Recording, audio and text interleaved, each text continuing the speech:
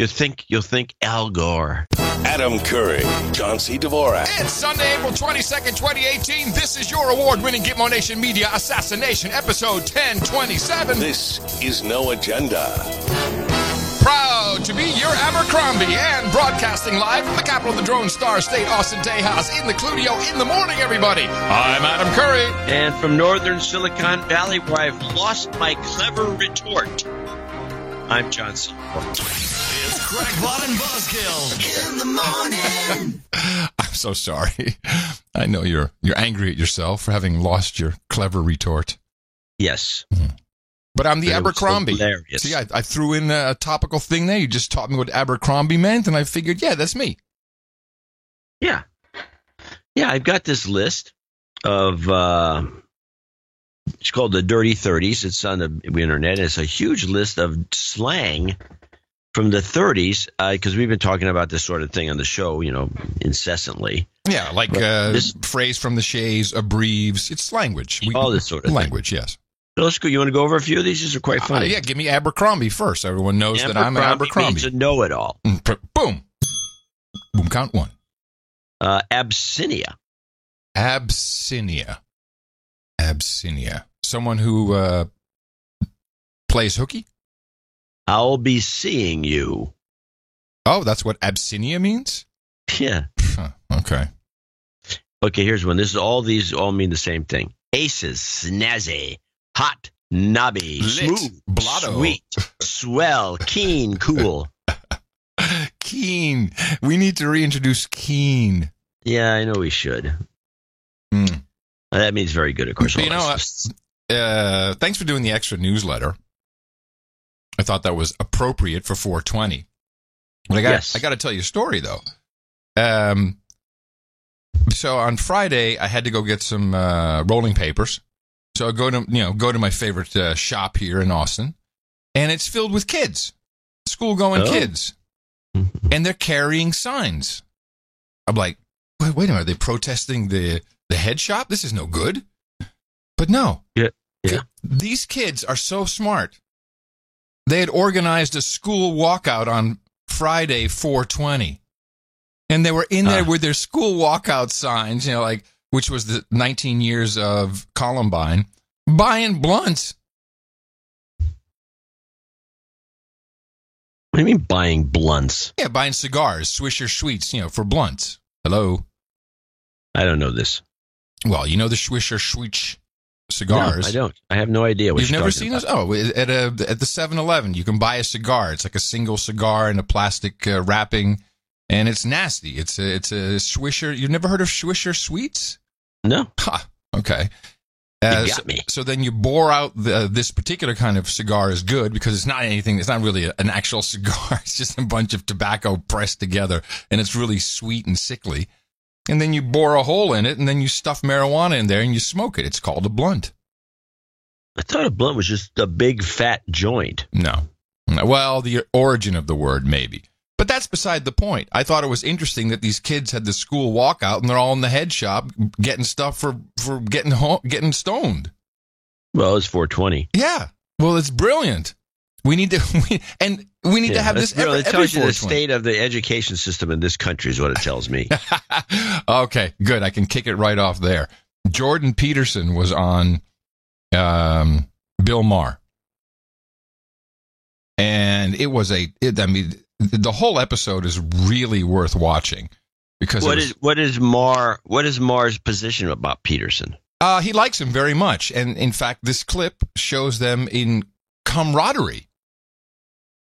Together, atheists. yes, and there were a bunch of Dimension B people going nutso on this panel, but this is about this is Peterson saying, answering the question, where did all of this political correctness come from? When did we turn into such a snowflake nation? That's almost literally what Maher asked. So where did it come from? How did we get to this place where we're so fragile? The safe space people. Oh, I think that you can pretty much blame it on the universities.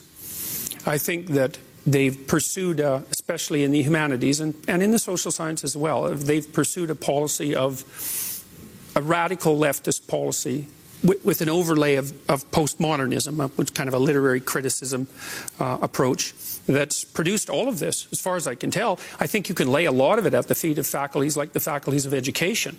There was an article in the Chronicle of Higher Education this week that just devastated the faculties of education, taking them to task for low academic standards and for possession by ideology and for basically indoctrinating people in a cult-like manner and playing identity politics and group identity. And no free speech. They don't seem to. There was an incident in Fresno State. I don't know if you saw this, but Barbara Bush died. Okay, some professor there tweeted something nasty. Mm-hmm. Yeah. I wouldn't have tweeted it. She called Barbara Bush a racist and said she raised war criminals. Mm-hmm. Okay, you know, it's.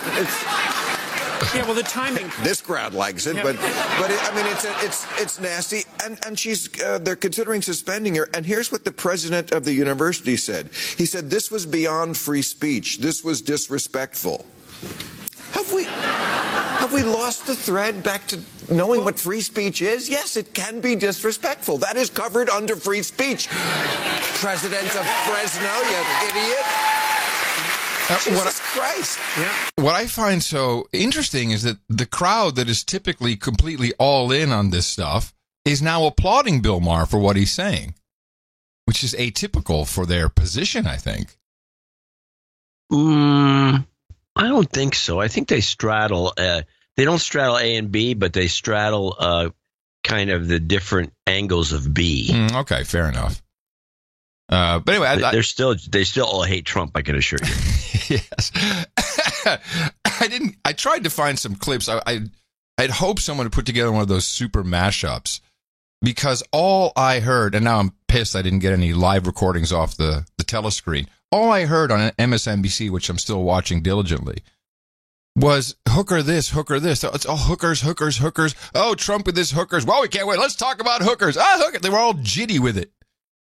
And I'm like, excuse me, this is a class of people who are called sex workers.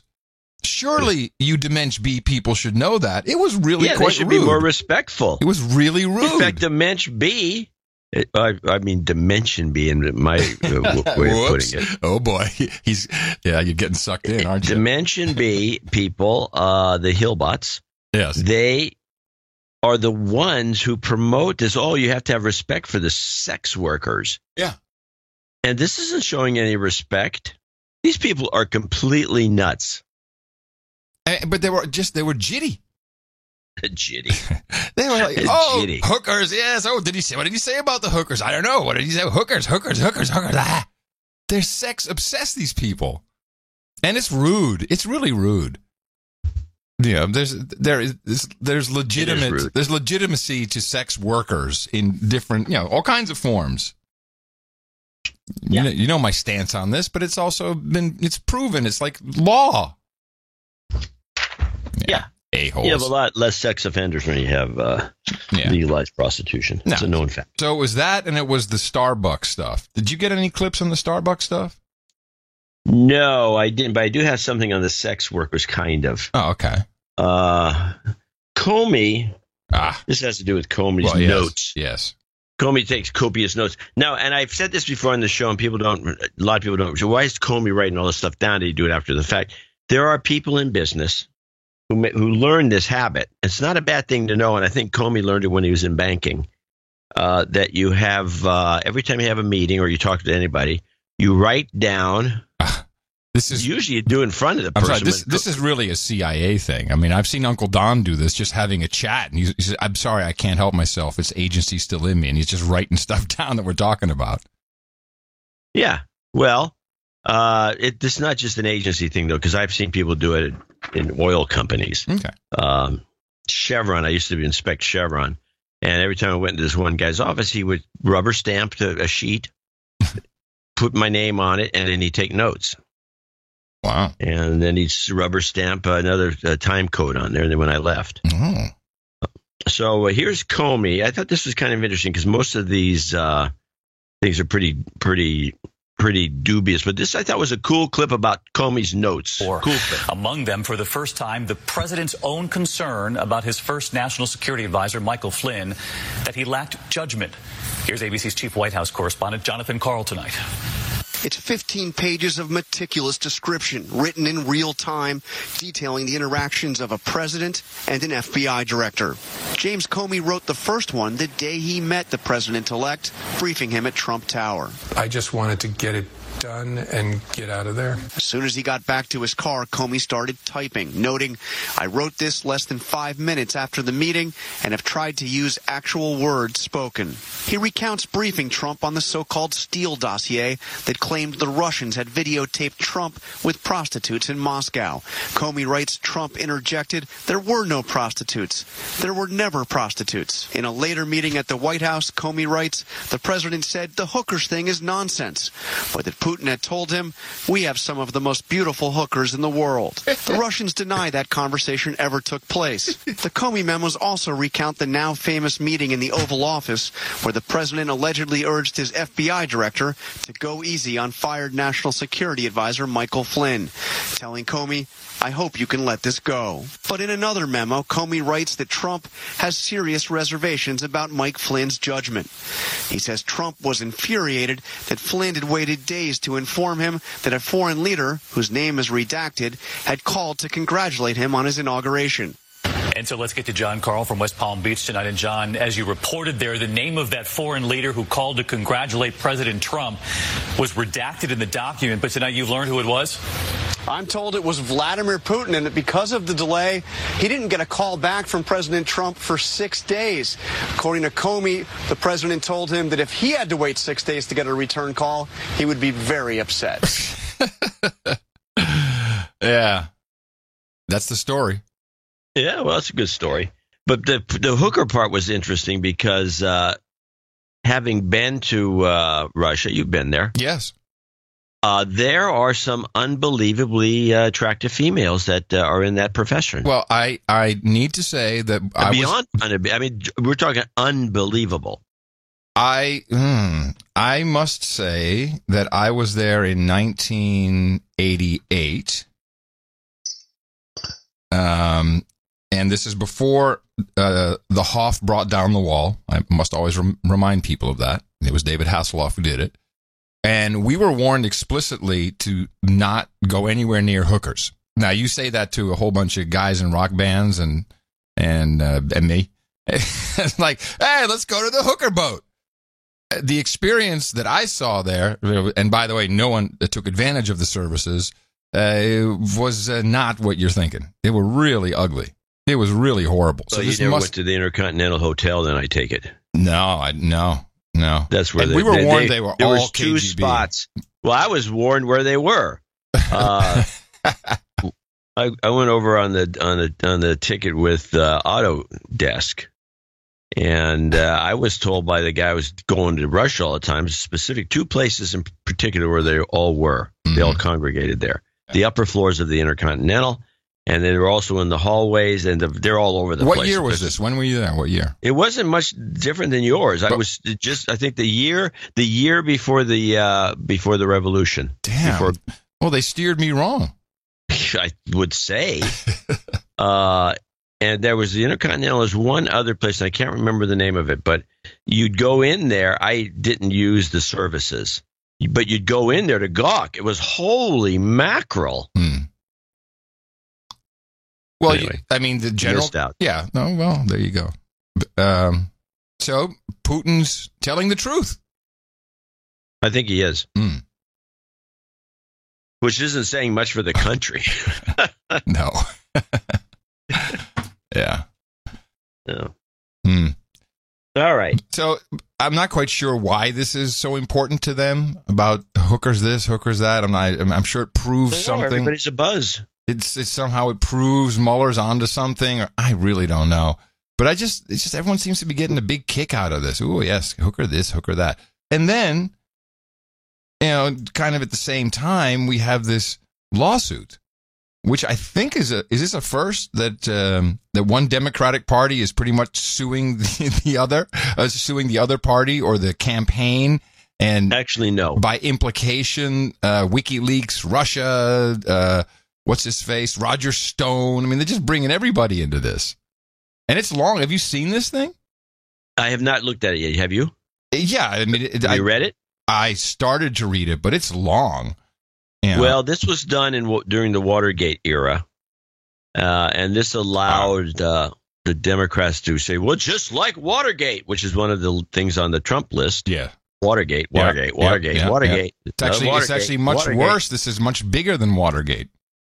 Yeah, it's not, because they don't have any proof. When the Watergate suit took place, the DNC sued the Republicans for $1 million, which was in the 70s. So I guess it's worth $10 million today. And it was, but they had already arrested actual burglars. Yeah, there was a crime. Yes, there was a crime. Guys, right, so it was a little different kind of a lawsuit. They have nothing to base this lawsuit on. In fact, Tom Perez, the incredibly creepy head of the DNC, was on with Judy. And this is the DNC lawsuit, Tom Perez clip. Please interrupt as much as you can. Okay. We return to the lawsuit filed by the Democratic National Committee today against President Trump's campaign, several top Trump advisors, WikiLeaks, and the Russian government. The DNC alleges a massive plot to interfere in the 2016 presidential election, in part by hacking the Democratic Party's computer network and by releasing stolen emails. I spoke with Democratic National Committee Chair Tom. So that fact, which is just glossed over as fact, is extremely irritating since we only know this from the Pew Pew guys. The servers were never given to the FBI. Right. I think that's what Trump is now tweeting about. So. And the thing that I always like to recall is the data rate of the stolen documents was higher than the network speed, indicating that somebody stole this and stuck it on a thumb drive. Perez a short time ago. And I started by asking why they filed the suit when the investigation by special counsel Robert Mueller is still underway. Well, there are three reasons, Judy. First of all, we don't know when Director Mueller will finish his investigation, and he should take all the time he needs to do a thorough job. I need to stop this for a second. I want to see if he is completely on script. I have a clip where he does this exact same thing with the three reasons. I'm just going to play them kind of next to each other. Let's see if this works. Hold on. Why did we do this now, George? Three reasons. Number one, in order to file a civil suit, you got to make sure you're filing it within the applicable statute of limitations. I don't know when Director Mueller's investigation is going to end, so we need to file now to protect our rights. Okay. Is that what he said for number one here? I believe so. I think you're going to have identical clips. Well, there are three reasons, Judy. First of all, we don't know when Director Mueller will finish his investigation, and he should take all the time he needs to do a thorough job. We have to file within a statute of limitations, if we sit and wait, then we're frankly committing legal malpractice. A year ago when I came to the DNC, it was clear to me that we'd been hacked, and we'd been hacked by the Russians. It was less clear to me a year ago whether there was a conspiracy between the Russians and the Trump campaign. It has become abundantly clear to me that there is that conspiracy, and because we've done our homework, we filed this suit. And then finally, Judy, what was that number two? That was he didn't number it. Number two. We've done our job. We've done our homework over the course of the last year. The same. We have seen story after story, brick after brick in the conspiracy between the Russians and the Trump campaign to affect the outcome of the election. I did my homework. We have a strong case. The same. That's why we brought it. Really good. That's fantastic. He's good. He's on message. Yeah, he's good at memorizing. Switches it up a bit. Yeah. I'm very concerned about the upcoming elections. This is number three. Civil lawsuits have an important purpose of deterrence. And I hear from so many people across this country. They've hacked before. They've interfered in 2016. Right. And Judy goes, right. Right. Yes, they're hackers, all of them. Going to do it again. What are you going to do about it, Tom? Well, I hear you, but... Okay, let's see what it does here. Number three, George, we have to deter misconduct. We've got elections coming up in November. It's hard to win elections when you have interference in elections. And they've done it with impunity, and I'm concerned that it's going to happen again. So that's why we did it now. Fantastic. He's so on message. Get back to the point about conspiracy. This is something that we know. Again, the special counsel Robert Mueller. Stop. This is something we know. So this is when this clip ends, you're going to understand. He claims there's a conspiracy. Yes. Yes, he does. I just want to make everyone notice that he says that we have a conspiracy in front of us, and it's a wacky one too. By the way, I think putting WikiLeaks into it makes it nutty. But okay, he's got a conspiracy: Trump, the Republicans, the Russians, WikiLeaks, and who knows who. If you don't mind, my clip's like 20 seconds. I'm done with it. It probably is the same thing that he's about to say. Then we can just finish yours. Yeah. Because he may say this in a little different way. I believe it's critically important here to seek justice and to expose the truth in the civil justice system because, frankly, as General McMaster said a while ago, the Russian misconduct, that we have not imposed sufficient costs on Russia for what they tried to do to the election. That is true. What he didn't say was why. We know why. This government didn't impose sufficient costs because they were conspiring with the government of Russia. And we have to deter this conduct. We can't allow it to happen again, George. All right. So, yeah, it's a conspiracy. In fact, what he's presenting to us is a conspiracy theory. Interfered in 2016, totally. And they're going to do it again. What are you going to do about it, Tom? Well, I hear you, but to get back to the point about conspiracy, this is something that we know, again, the special counsel Robert Mueller's looking into.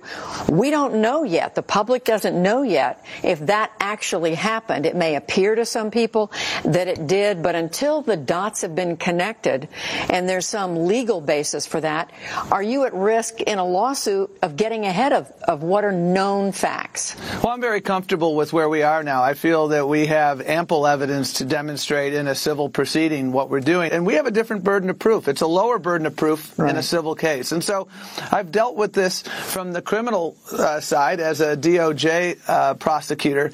And I understand and I have great respect for the work that Director Mueller is doing. And we have great respect that they will continue to do the independent, thorough job that they need to do. But we were hacked, and they tried to cause chaos in the DNC and in the Democratic Party. And we need to seek justice in a civil case, and we need to deter.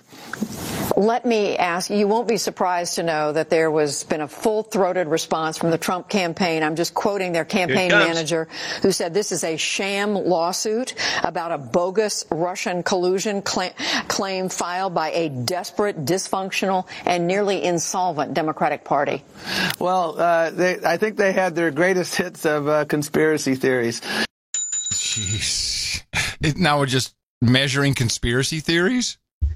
Wait a minute. Saying that this lawsuit is a sham, that's their greatest hits in conspiracy theories? He has this crazy conspiracy theory that they're suing over, and then they say, well, we think the lawsuit's without merit. Oh, you guys are conspiracy theorists. Unbelievable. Yeah. And I'm sure Judy followed up, though, and said, okay, just so we're sure, this is based on, you've said it 3 times now, the DNC servers being hacked, their email being hacked. She follows up on that, right? And she asks about that. And, sure, she does. And queries why they didn't give the servers to the FBI and only gave it to the Pew Pew guys. Yeah, she asks none of these questions. She has no follow-up. That softball that he just threw at her with this conspiracy best of, she just lets that go by. In fact, I have the next thing she says, which is the part 2 of the clip, which also has a little kicker in it that I thought was kind of interesting. And Judy, for your viewers, I think it would be interesting to go back to the Watergate era because the DNC filed a lawsuit against the Nixon campaign back then, and the response when that lawsuit was filed was almost identical to what we saw today.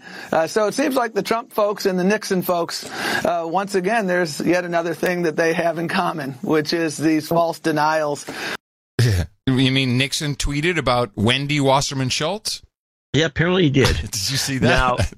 Now I'm like, Trump has got to be listening to our show, making up different names for people. That's our beat, man. Back off.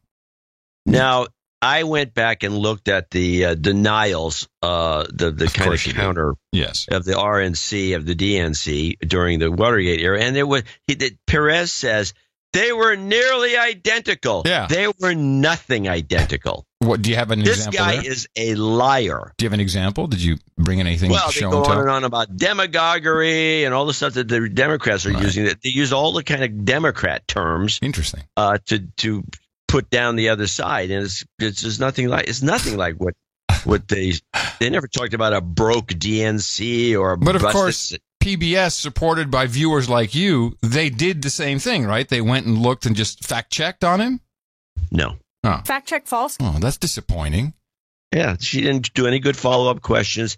She's kind of in agreement most of the time with these guys. She's getting worse. I mean, she was, when this whole thing began, she was kind of okay. She was still becoming, she was not becoming, she was a pretty objective journalist. But now it's like smacking her lips and nodding her head. It's really deteriorated. Yeah, I caught I forget the guy's name. He was a former Hillary Clinton aide at when she was Secretary of State. And now I typically won't clip this guy, even though I like him. He's funny. Dan Bongino, he's a regular on Fox. He was a former Secret Service agent who protected Obama and the Obama family. But I think he left during that tenure. And yeah, he's totally dementia A raver. He's a host of a show on NRA TV. I mean, that kind of says enough.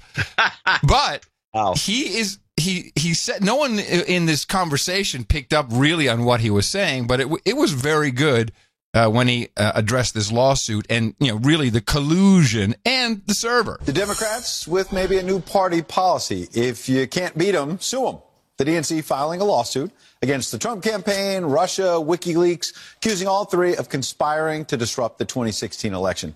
Is this really the right message for the Democrats heading into the midterms? Joining us to debate, Dan Bongino, the former Secret Service agent and host of The Dan Bongino Show, and Philippe Reines, former senior advisor to Secretary of State Hillary Clinton. Gentlemen, normally I would try to bring a debate like this along, but right now I feel like I've got two gladiators in the ring, and I have to simply start this by saying, Dan, what do you think? Listen, this is a joke. It's a farce. I'm sure Philippe will defend it, and he'll throw out this whole Russian collusion fairy tale again. But the bottom line is our collusion fairy tale has entirely fallen apart. We've been at this for 2 years. There's not a scintilla, not a cent of evidence about actual collusion on the Republican side. But there's a whole lot of evidence that Philippe's former boss colluded with a foreign national from the UK who colluded with foreign nationals from Russia to produce a fake dossier used to spy on fake American, using a fake dossier to spy on real Americans. That should be the lawsuit.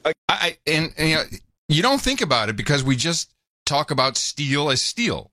We don't, if Steele were anything, if he were just an American guy, but no, he's a former British spook who was in contact with Russians who gave him false information. So he has a very good point about the actual collusion where it was taking place. I agree. Against Hillary Clinton. The Republicans should let file Philippe react to that. Was there a conspiracy on the Democratic side?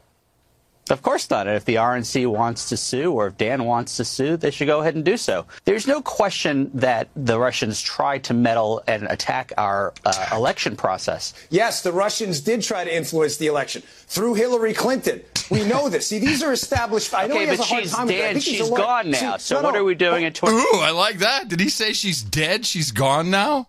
I don't know. Back it up. He says she's dead. I think he meant kind of metaphorically she's dead. Okay. Through Hillary Clinton. We know this. See, these are established. I know he has a hard time with that. I think she's gone now. So what are we doing? No. I think he says Dan. She's gone now. Yeah, Dan. That's too bad. Yeah. That's too bad.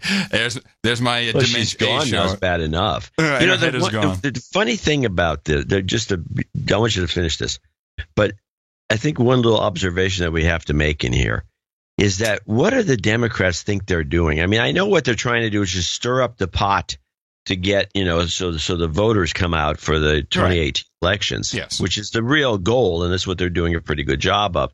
But at the same time, they're presenting evidence and facts and making assertions that Hillary was gypped. She got railroaded by the Russians, and Trump was in with the Russians and Assange and all the rest of it. Screwed Hillary. She would have won if it wasn't for this and that. Yeah. How is that going to derail her running again in 2020? Look, I would have won in that. That's a known fact. Everybody says so. Why are you not letting me run again? And if she had been elected in 2016, she would have been running for re-election in 2020, so the age thing wouldn't have been a factor. Yeah, so there's a call for you from management. We'd like you to put your things in a box and leave. You can't say this stuff. So they're setting up their own demise for 2020. Well, I think it's also, in a way, CYA, cover your ass for 2018. Let's say we don't see the blue wave, then they'll just roll it out again. And worse. Oh, we'll see a blue wave. If they can't pull this off, and I think it's possible they'll blow it because they're fairly creepy. And it's because they're creepy. Tom Perez is a creepy guy. He's creepy. He is. And all the other guys that they wanted to have running the DNC, including that Muslim guy, Ralph guy. Yeah. Who is just a hater. There's a creepy group of people running the Democratic Party that if they don't get rid of these people and put some sane people in there, they're going to just be stuck. And they better take the House and the Senate in 2018. I don't think they will. I don't think they will. What's even worse, if there is no blue wave, then the Republicans will use this and blame it on Russia. Trust me on this. They're all the same. They're all the same a-holes. It just depends on what day it is and which way the wind is blowing. I'm pretty sure that no matter who loses, it'll be the Russians again. Yeah, well, So the Russians, it's convenient.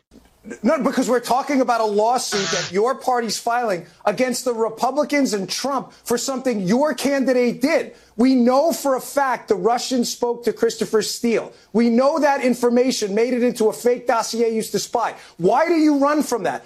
Yeah, so, and then Bongino in this next clip, the last one, he presses really hard on, can you just answer why you guys didn't give the server to the FBI? That would have cleared so much up. Where the DNC servers you allege were hacked by the Russians, why won't they turn those over to the FBI or even to BuzzFeed that's demanding? Okay, answer that. If you're so sure the Russians hacked, why not turn them over? The FBI that didn't really go and they couldn't tell we're asking? I don't know. Ask Debbie Wasserman Schultz. Excuse me, ask Wendy Wasserman You know Schultz. it. Okay. No, I don't. What I know is, Dan, here's what... He tries to throw in this little joke, which I don't think you got earlier either.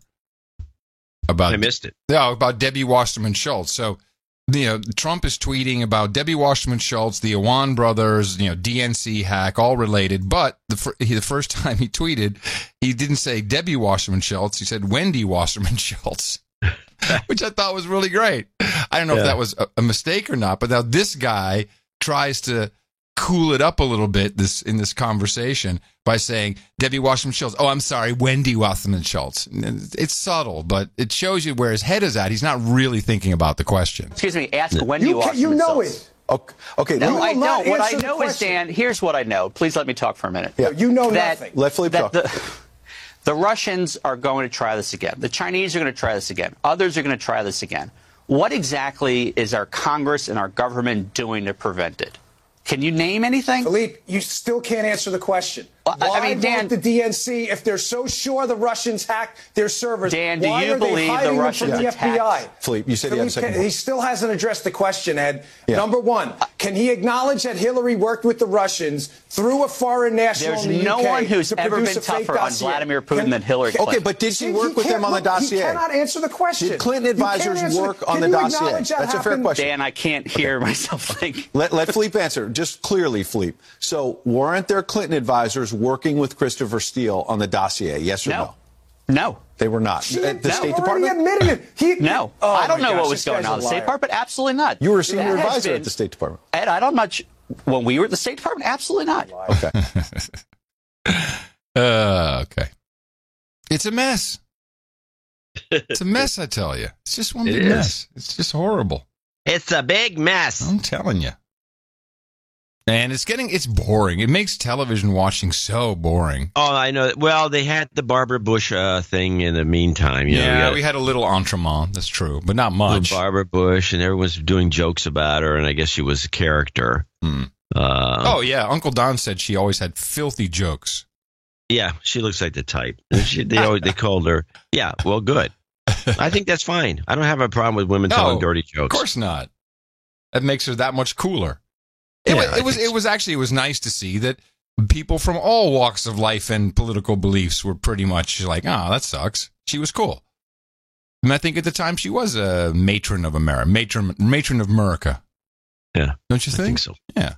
Yeah. So. Yeah, I agree. I completely agree. And the news networks went, oh, wait a minute. Everyone's all lovey-dovey. Just get some controversy back in here. Stormy? Stormy. That guy. That lawyer of hers. It's real. The whole thing is just sad. You know, they had her on The View. Yeah. And I watched it. I didn't watch it on the TV. I watched it on the YouTubes. Because I refuse to watch it. And for some reason, doing it on YouTube is less offensive to me. And there's nothing. There was nothing. No. It was the same old mediocre. No, and she said, we've got a tape. We've got a tape. We've got a tape, but we're not doing anything with it. We haven't decided yet what we're going to do with the tape. Oh, please. Show us the tape. Put it on Pornhub. Yeah, Pornhub. Pornhub. Is it Pornhub or PornTube? I can't remember. Put it up there. Show it to us. There's a PornTube and a Pornhub. Nothing as good as that. So the Starbucks thing, just to move along, unless you still are. I don't know. Do I have any? We were talking. Let's see. Let me look at the list. It was kind of like, we had, for a brief moment, we had some Black Lives Matter back, but just for a second, And the same with, there was supposed to be that big demonstration in Noonan, Georgia. It was like, our producer got back to us, like, 30 people showed up. There's no more funding. The money is not going into these groups anymore. It's not that I disagree with what happened at Starbucks. I wasn't there, so it's kind of hard to say exactly how it went down, but it seems like some blatant racism happening there, or unintentional bias. And whoa, be careful if you're a publicly listed company. You don't want that shit over you. That's like the Al Sharpton trick. People, but it's really not organized. They're not staying on it. It's just kind of, did a little, you know what I mean? Yeah. Jesse Jackson still had his little thing going on. These things would stay in the news. His was good. Yeah, his was really good. I mean, we do have a jingle. That always helps, but we need, to do more. There's a Starbucks hating on black guys. They tried to have a meeting, but had no intent to buy. There's a Starbucks, one of these black guys. He tried to use the bathroom, but they said he was denied. Oh well, they were asked to exit, but they both protested, so they got arrested. Man, I mean, it's like David Bowie came alive. Secret Agent Paul. Good work. I mean, that's beyond good. That sounds a lot like Bowie. It does. Anyway. Unfortunately, we don't have enough action. Action?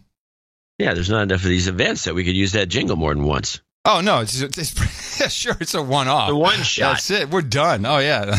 That's it. That's all we got. Let me see. I got an interesting note from one of our producers regarding the Southwest crash. This just shows you how fantastic. Yeah, you have a cold today, don't you?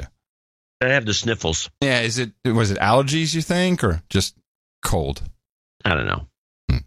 But in our value for value model, we have many, many people of all walks of life, a community we've built up over a decade. This is, I'm just going to leave him anonymous, but he says, I work for a company that performs non-destructive testing on jet engine components. We actually have a project developing new tests for the very type of fan blade that failed. This uncontained engine failure occurred for the same engine and the same blade type as the uncontained failure from about 2 years ago. Please note, this is still the first death on an aircraft in many years. Air travel is still the safest mode of transportation. I agree. A few points in the jet engine design. One, blades are designed to fall forward or fall backward depending on where they are in the engine to minimize damage to the engine. FAA regulations require that an engine design is tested to prove that the blades fall out of the engine, which we call contained failure, and do not penetrate through the side of the engine, which is an uncontained failure. And he goes on a little bit more about the testing, and then he says, after the uncontained failure 2 years ago, the blade manufacturer recommended extra inspection using ultrasonics to detect small cracks in the dovetail section of the fan blade. The airlines did not do this because it was required, but because it would cost a lot of money. I think he may have missed not required. I don't know. The FAA will be putting out an advisory on new inspection requirements for this engine in 2 weeks. We're from the future once again. There's currently discussion from the airlines on grounding the entire fleet and performing the very ultrasonic inspection that was recommended 2 years ago. The inspection could take a few hours to a few days per engine. Oh. This engine is a joint venture between a French company that used to make jet engines and GE, who didn't want to make this engine. And so these two guys, and so they've made something like thousands of these. Do these frogs, do they put them on the Airbus or only on our planes? No, they're on the 340. You get on the 340, get those 4 inches. That's this engine. Yeah. It's on the 320. Oh my goodness. And they do their final assembly in France, and we do our final assembly outside of Cincinnati. Right. And my understanding is that the rule has come down that they're going to be required to check these blades every 3,000 hours. Yeah, something like that. If it's the same kind of test, that's bankrupting. I mean, this could cost $10,000 an engine. Just saying. Yeah. Anyway, I really appreciate our producer. Thank you for your courage for getting this information to us. Well, they can redesign stuff. Yeah, but it's got to be a design flaw. Yes, but it's a big deal for the aviation industry. China. That's what I'm always thinking. Remember the big scandal from years ago about the bolts from China? Vaguely. Remember? Well, these bolts would never spec out right. In other words, if you put them you torque them, and you torque them to what they're supposed to be torqued in at, and they just break. They wouldn't torque down as much as they're supposed to. And this is classic, junk, best price stuff. Best price. I'm wondering where these blades are made. That's what I have not found it unless they're being made in-house. I don't think so. You can't do that. No. But the problem remains. If this really is an issue with this particular type of fan blade, then you're going to see a big hit to the industry. I'd say short Southwest. Yeah. Southwest is such a great airline. I wouldn't short it just out of respect. Okay. I'm just kind of saying. And now it's time for your sexual harassment update. Yes, the hashtag #MeToo pops up from time to time. In no way does it get the type of attention it deserves anymore, because that was pretty much for that one special election here in, what was that? Georgia? Or was it? Where was that crazy guy? Yeah, the judge. I think it was it Georgia, Tennessee, Carolina, Arkansas? I can't remember. One of those southern states.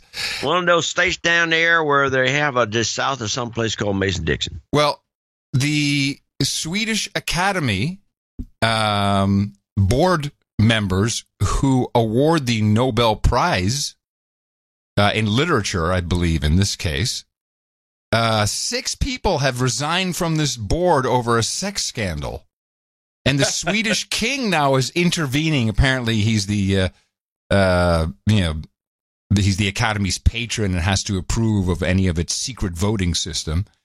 And it might be a woman who's actually been harassing someone. I mean, it's unclear. There's really not a lot of reporting at all on it, and what's out there is minimal. But man, the Nobel Prize board, that's pretty extreme. And then we had a report. We had Coachella. Was it this past weekend or the weekend before Coachella? I think it was this past weekend. Sorry, Baychella. You'd say Baychella because Beyonce was performing, so it's not Coachella. It's Baychella. Baychella. And this millennial was there, and while she wasn't reporting on it, she became a part of the story. Vera Papasova is an editor at Teen Vogue. She was at Coachella last weekend. She said she spoke to more than 50 women there, and every one of them said they'd been sexually harassed. And Vera joins us now. Hi. What? You yourself were sexually harassed at Coachella. What happened? Yeah, well, I was just walking around looking for people to talk to, and at different points, I was groped a lot, and guys would just say things to me. Yeah. So I became part of my own story by accident. Isn't that something that you should really not even file your report if you become part of the story? Is there some journalistic rule about this? With Hunter Thompson. Okay. So let's hear now what happened to her. And it's been a while since I've been to a festival, but what I remember, I was at Woodstock too. I remember, once you're in the crowd and you're dancing, everyone's all over everybody. Isn't that kind of the point? Isn't it just you all touching each other? Meet and greet. Yeah, it is a meet and greet. MEAT. I didn't even really expect it. Right. Well, so in similar stories from it was 54 women you talked to? Yeah. Yeah. And the groping. She sounds so she's so just recovering, don't you? It's like, oh, yeah. Yeah, it's really so hard, this Coachella report I had to do. Was what in nature? Was it when you're pressed up against someone or someone was pressed up against you as you're watching a band? How crowded is the field? This is in the great outdoors. There's plenty of room. You're not up against somebody unless they come up to you, and then you can just back off. Back off, Dracula. Let's back off, Dracula. Is that a phrase I should recognize? Yes, it is actually. Nice. It's one of the I like it. Never heard that one. 80s or up against 70s, someone, 60s. All right, here we go. Or someone was pressed up against you as you're watching a band, or what? Yeah, I think the most common, honestly, scenario is when you're at a concert and you're dancing. So you're in the crowd and you're dancing, and there's this thing that happens where there will be someone, you'll feel someone pretty close behind you, and if you start dancing, you will end up kind of dancing against their body, and that's usually when someone will put their hands on your my hips or my butt, and so that's kind of the most common. So when I was trying, it's a sin. Wait a minute. While you're watching Queen Bee twerking on stage, it's insane that some people will be like, let me just dance around and rub your butt and grab your hips. This is a dance, too, this whole twerk. And then, come on. You're at a concert. I have a story to tell you. It's only 20 more seconds. There was a lot of butt squeeze, hips or my butt. A lot of butt squeezing. So that's kind of the most common. So when I wasn't reporting and I was trying to enjoy the shows, that's when the majority of the gropes happen. But also, you know what she needs? She needs this is a product we could come up with. Then you put this. It's kind of you put it on like a dress, so it drapes over your shoulders, and it's like a barrier. No, I already know that. I know what you should do. Oh, you have it looks as it would have to be done stylishly, but it'd be a bunch of these metallic kind of like a hula skirt kind of thing, kind of sexy. Yeah, exactly. And then it'd be loaded with a DC current. And so if somebody touches you, push the button and then knock them on their ass. Wait, don't you mean AC? Well, AC will kill people. Yeah, I was liking your product until you got all wishy-washy. It's not wishy-washy. You knock them on their ass. It's like getting a jolt from your car battery. I know. It's not pleasant. No, I think that here it is. This is how you can be assured of complete being left alone at a festival. And if you call now, we'll send you not one, but 2 official No Agenda Festival burqas. It's a guaranteed winner. So just, in general on the field grounds, walking around or being in line, there were times where I was just touched. Just randomly by a stranger, just touched. Yeah, when you're so crowded, so you're going to be walking through, and there's a difference between, sometimes it's accidental. I wouldn't count something that wasn't definitely on purpose, but I would count it if it was someone squeezed my side, or if someone squeezed my butt. There was a lot of butt squeezing. There was a lot of butt squeezing. There was a lot of butt ISO squeezing. That. You should ISO that. It's ISO'd already. There was a lot of butt squeezing. There was a lot of butt squeezing. I like the uptalk at the end. That's all I have. So wait a minute, I got stuff. How do you open and close these segments without ever consulting me? Because I looked at your clip list and I didn't see anything. I'm sorry. Yes, because you didn't recognize what they were. No. And it's also, and I'm shoehorning. It's also just hate. I just don't like it. I'm sorry. I was thinking of myself as usual. Of course. Yeah. Sorry. So my first wife used to hang out with this girl. She's very pretty, like a real pretty, perky looking girl. She's dynamite. Your first wife? No, my first wife was pretty too, but this girl that she used to hang out with, who is a wife of a friend of mine, they'd go to concerts together. I wouldn't want to go to your pretty first wife and her pretty friend. Yeah. And this woman, this pretty girl, would pee on guys. I was aghast when I was told about this. Wait a minute. But now, hold on. I need a little context around this. Are these guys who had fallen down, or is she? No. Is she aiming, or what is she doing? Just like the same thing going on with this girl. She'd go up behind them and grab their butt or do something, and the guy was very happy about that. And then she'd pee on their legs? Yeah. Oh, did you say hands? What? Did you say pee on? Oh, his pants. Okay, I got you. Pee on his pants. Oh my God. Yeah. And when I was told this, I said, "Holy, are you kidding me? She did that." And apparently a lot. And she thought this woman thought it was hilarious, the funniest thing ever. And how about your perky first wife? She wasn't doing that, that's for sure. But what did she think? Did she think it was creepy? She didn't think it was, I think she probably got a kick out of it. I have These never women are not, what they pretend to be. I've never heard of this. I never heard of it either. But I have heard of, there's another one. And you can look this one up. There are these public poopers, and they tend to be mostly women. Public poopers? Oh, God. Hey, thanks for tuning in to the No Agenda Show. It is the best podcast in the universe. There's a lot of perverts out there. All right, so what? They just poop in public? No, so here we go. Well, I'm in Las Vegas with a group of the people from PC Magazine, and some PR woman comes up and sits there and starts to talk, and then she leaves and rushes off. And one of the guys, I don't know how he knows about this, but he said that she said he knew that she took this is disgusting. I apologize to the listeners of this show for bringing this stuff up, but apparently they like to go and they just poop in their pants in a crowd. In their pants? Yes.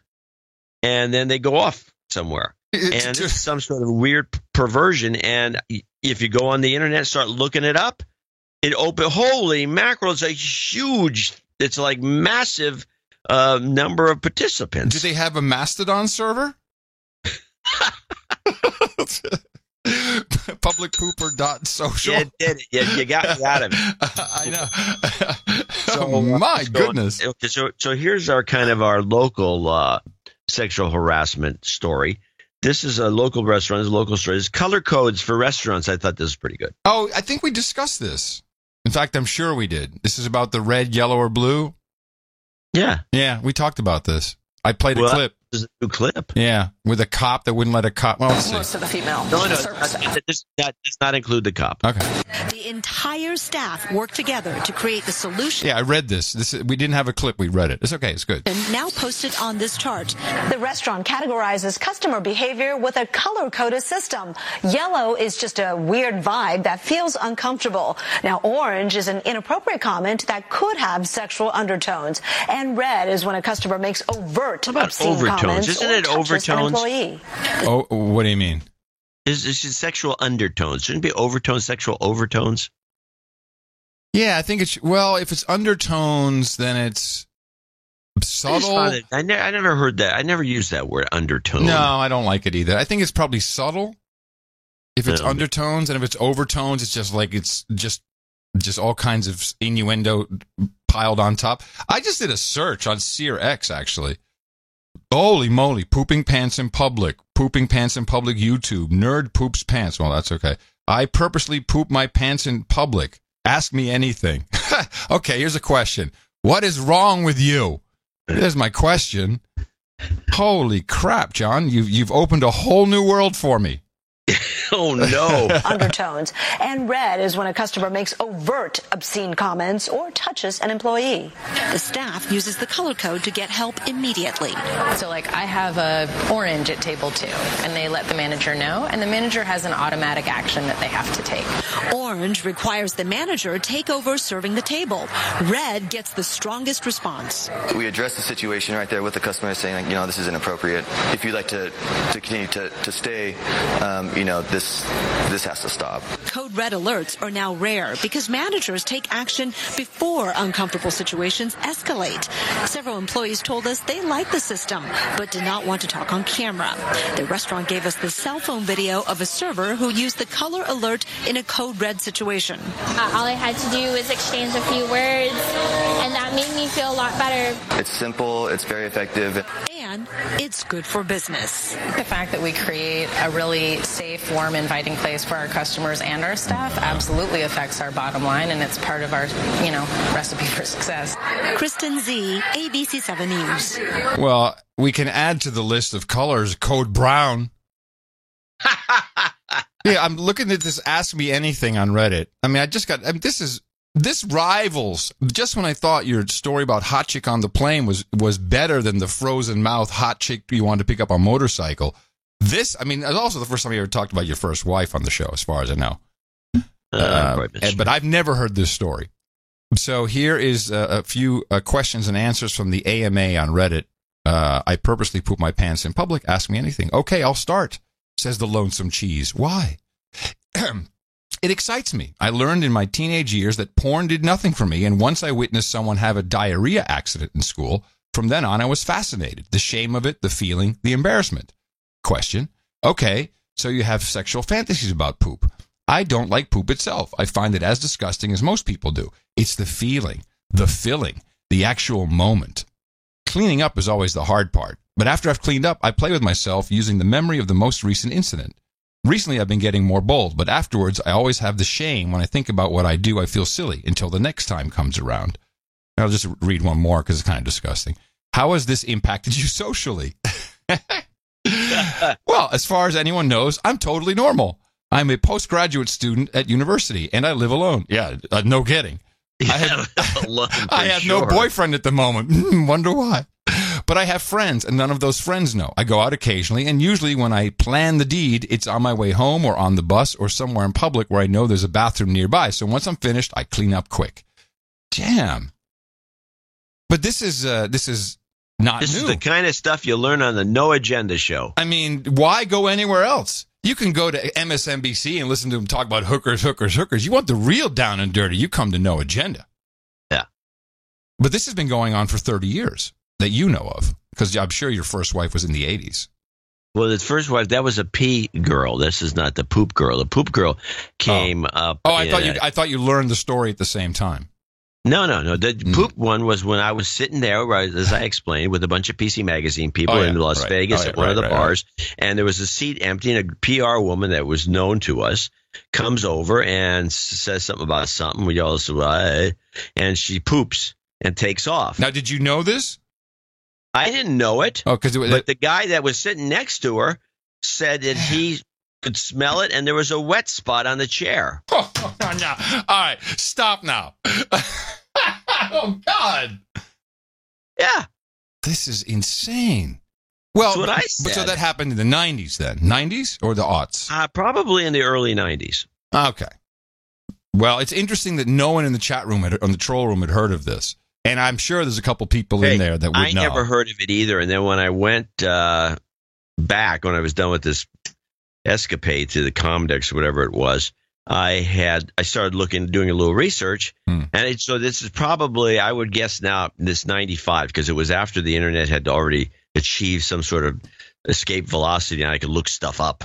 And so I was looking it up on the internet. And it was all, and back then it was all over the place. You start reading about it, and there was forums, and there were special web pages of people extolling the virtues of this, and it goes on, and you read all this stuff, and you just get completely grossed out, and then you wonder what? So I would love to hear from one of our producers who's in psychology. Well, yeah, I mean, there's a profile. I would guess that we don't have one listener who does this. Oh, I'm not so sure. You mean who poops in their pants? No, I'm pretty sure we don't. But it could be, I don't know. If they do, come forth. Yeah, come forth with a big donation and let us know. Yeah, anonymity assured. I'm fascinated by it. Well, fascinated is not the right word, but in context of the show, so that's very interesting. Thank you for sharing, John. feel free. I got a million of them. And with that, I'd like to thank you for your incredible courage. And say in the morning to you, John C. C stands for Code Brown Dvorak. In the morning to you, Mr. Adam Curry. In the morning to the ships at sea, boots on the ground, the feet in the air, the subs in the water. Yes. And all the names out there. In the morning to the trolls in the troll room.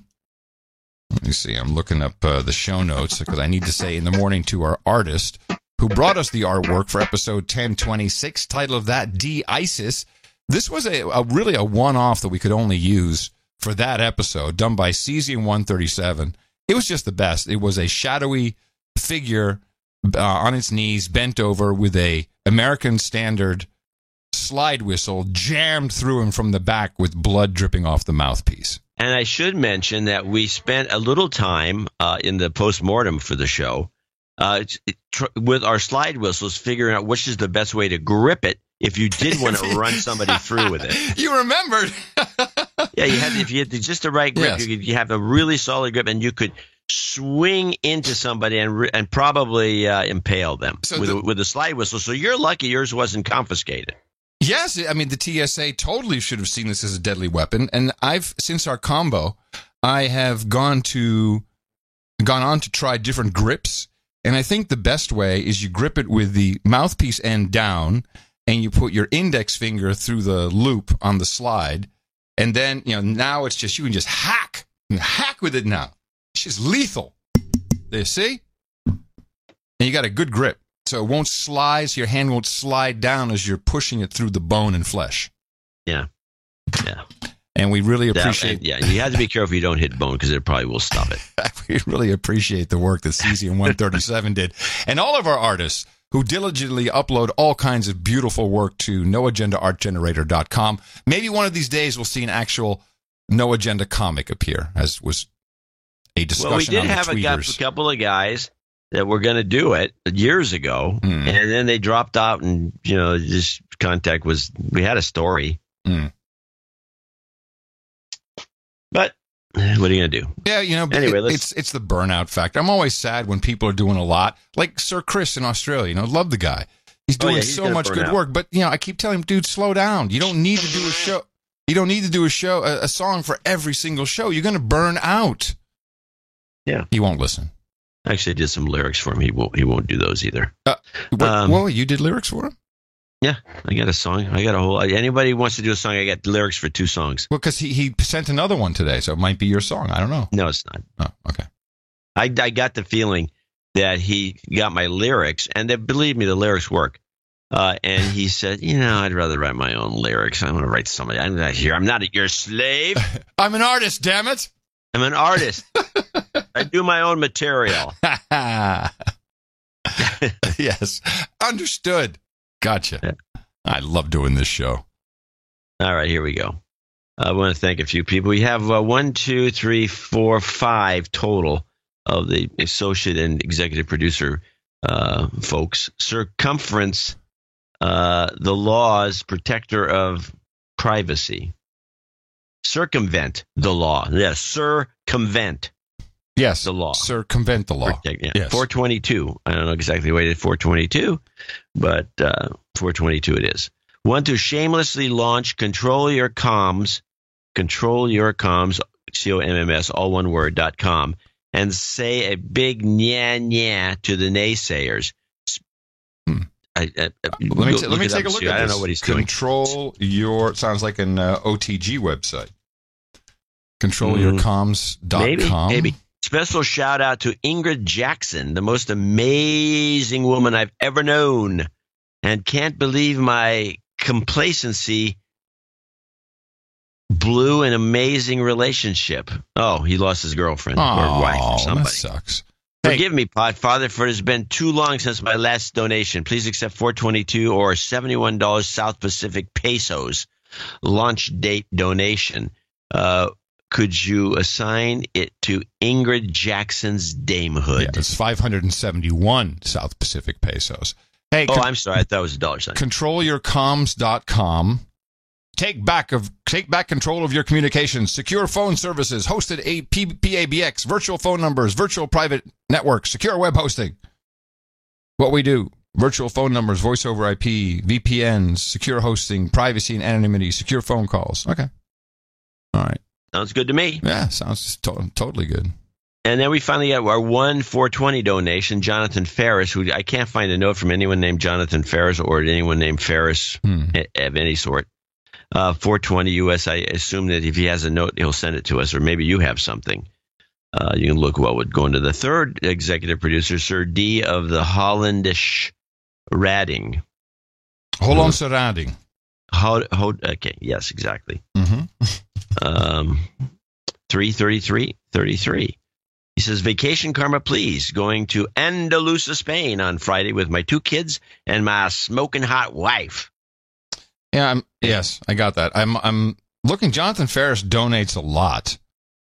A lot. So, but I see no notes from him ever. I just see him show up in spreadsheets. So we appreciate it. You've got karma. We have 2 associate executive producers. John Burns, $210. I can only do half of a 420 donation. Well, he's got the right idea. I didn't even get to celebrate 420. Oh. I've been too busy with all the prep work for my upcoming move from Chicago to Salem, Oregon. Can I get a job, some karma for the long drive? It's a nice. It depends on which route you're taking, but it can be a nice or a miserable drive. Oh, what is your suggested route then? Let's help our producer John Burns out. Well, he's probably going to just jump on 80, and that'll probably work fine. 50, 80, 40, the old Lincoln Highway. All right. But if you can get Salem, you're going to have to. Yeah, Salem. I don't have any good suggestions. The best ride is from Winnipeg to Vancouver somewhere. I don't think you're taking that. Anyway, keep it the great work. Best podcast in the universe. I'll be listening to this show while I drive. He's on his way. All right, here you go. Here is your karma. You've got karma. Now I did get a follow-up note from Jim Bennett. Go ahead. Okay, Jim Bennett, 202. He's our last associate executive producer. He says, JCD's Plane Babe is fantastic. Please let her and her disgustingly healthy snacks live on forever. Well, if she ever starts listening to the show, it might happen. Why, though, is it so hard for me to imagine John managing to make friends with a complete stranger? So he followed up with this note and he said, please play the fisting nuts mix. And he said, did you, in fact, at any point discuss nut fisting with her, or did you, or just leave that where it was? I don't even know what you're talking about. Oh, let me help you. Let me help remind you. Just go for it, John. Tell us your peeve about the nut fisting method of eating snacks. Now you got to wait. I see this on the airplane, and it's very annoying, and I think it will result in fights breaking out, because it's just so annoying to watch. Guy takes his bag of peanuts, and he throws a pile of them into his palm of his hand, and then he makes a fist around the nuts.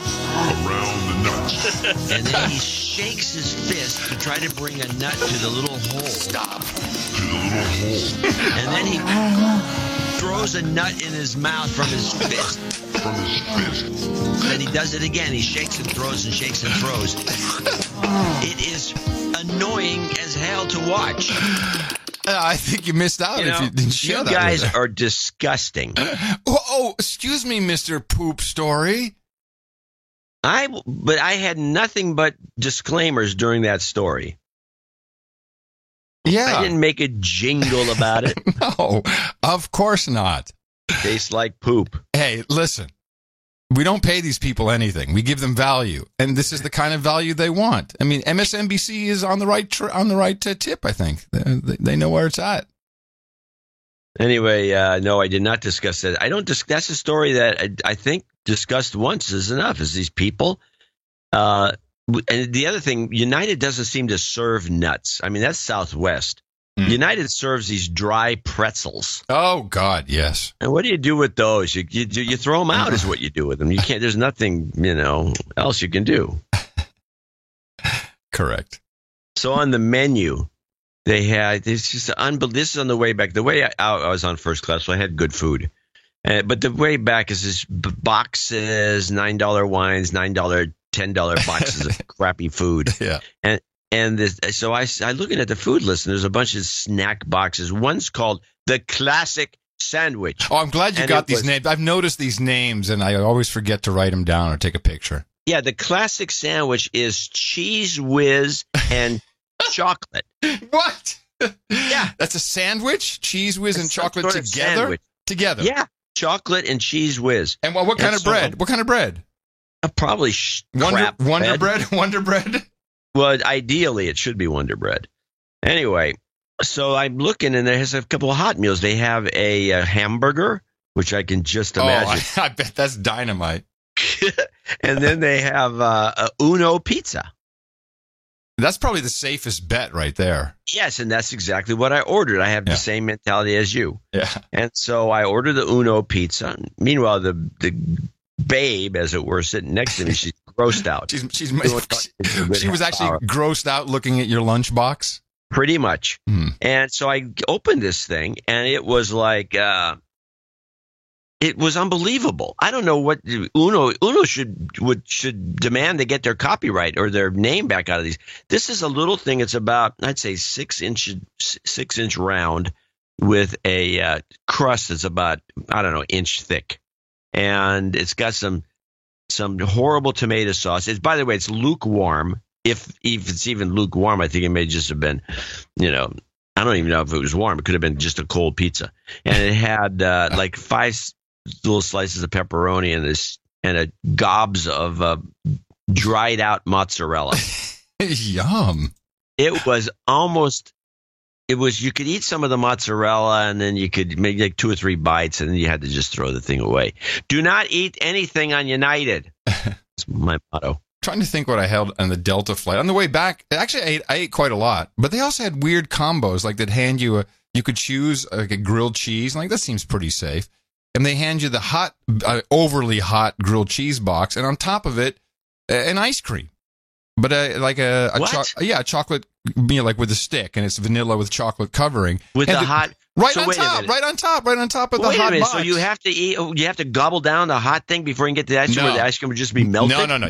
No. But the thing is, they hand it out that way, so your ice cream is already in the melting process, and you still have to eat. You take it off the top of the hot box, and then you still have to. It's just dumb. Wait a minute.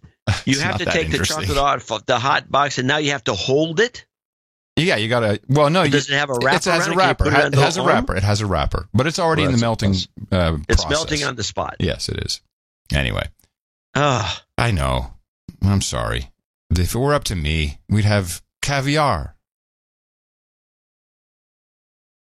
Don't even. The whole thing is disgusting. It is. It really is. They can't feed the people anymore. They jam them in these ridiculous. You have to pay extra for an inch of leg room. I mean, these airlines should be ashamed of themselves. I think they should change the laws and let foreign carriers do domestic service in the United States. It's against the law right now. You can only take a foreign carrier if it's going to their home place or someplace. It has to be out of the country. Yeah. So you can even find a flight. I remember an air flight from San Francisco. I'm sorry to interrupt. We kind of did that. Branson kind of did it with Virgin Air. No, but there was special. No, but it's Virgin America especially. I know. But it was, in essence, it was a foreign funded carrier with foreign carrier ideas brought in, and they did. It was great, but they couldn't make it work, obviously, because once he sold out, it just collapsed. It's gone. They don't do it anymore. They don't have the cool planes, and everyone's all yippee and all happy, and there's mood lighting, and we've got fabulous snacks. It's true. Yeah, I took it quite a bit. And it was because it was going from San Francisco to Seattle, and it was just a great flight. Yeah, but it's hey, dude, it's money. It's all about the Benjis. Anyway, we want to thank our folks here, executive associate, executive producers for show 1027. 1027. Thank you. These credits are real, just like in Hollywood. Yes. I remember my opening that I forgot. Happy Earth Day. I thought you said that Earth Day was a couple days ago when everyone had the lights off, and you asked me about that, or a couple of weeks ago. That was turn your lights off day. Oh, I'm sorry. I got the wrong day. What do we do to celebrate Earth Day? Well, I should have written a newsletter that has some thematic Earth Day stuff in it, and maybe we got more donations than what we got, which is piss poor, I might add. Yeah, it's not the best, but these 5 guys are good, but that's about it. Yeah, well, they are executive producers and associate executive producers, and these credits can be used anywhere credits are recognized, and we love highlighting them at the beginning of the show, and we'll thank the rest of our donors $50 and above later on. And, of course, another show coming up on Thursday. Dvorak.org/NA. And you have a lot of formula to propagate after this A block on the show. Our formula is this. We go out, we hit people in the mouth.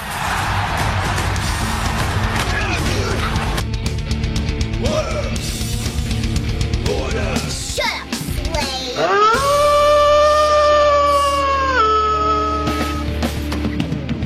The best thing I ever did was getting off the grid.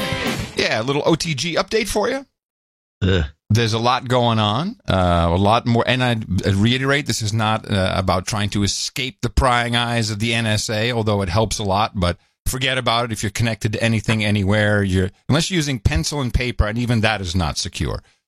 This is about getting away from the spy and profiling apparatus that are the Socialnets, Facebag on front. Google is really bigger than that, but they're not in focus right now.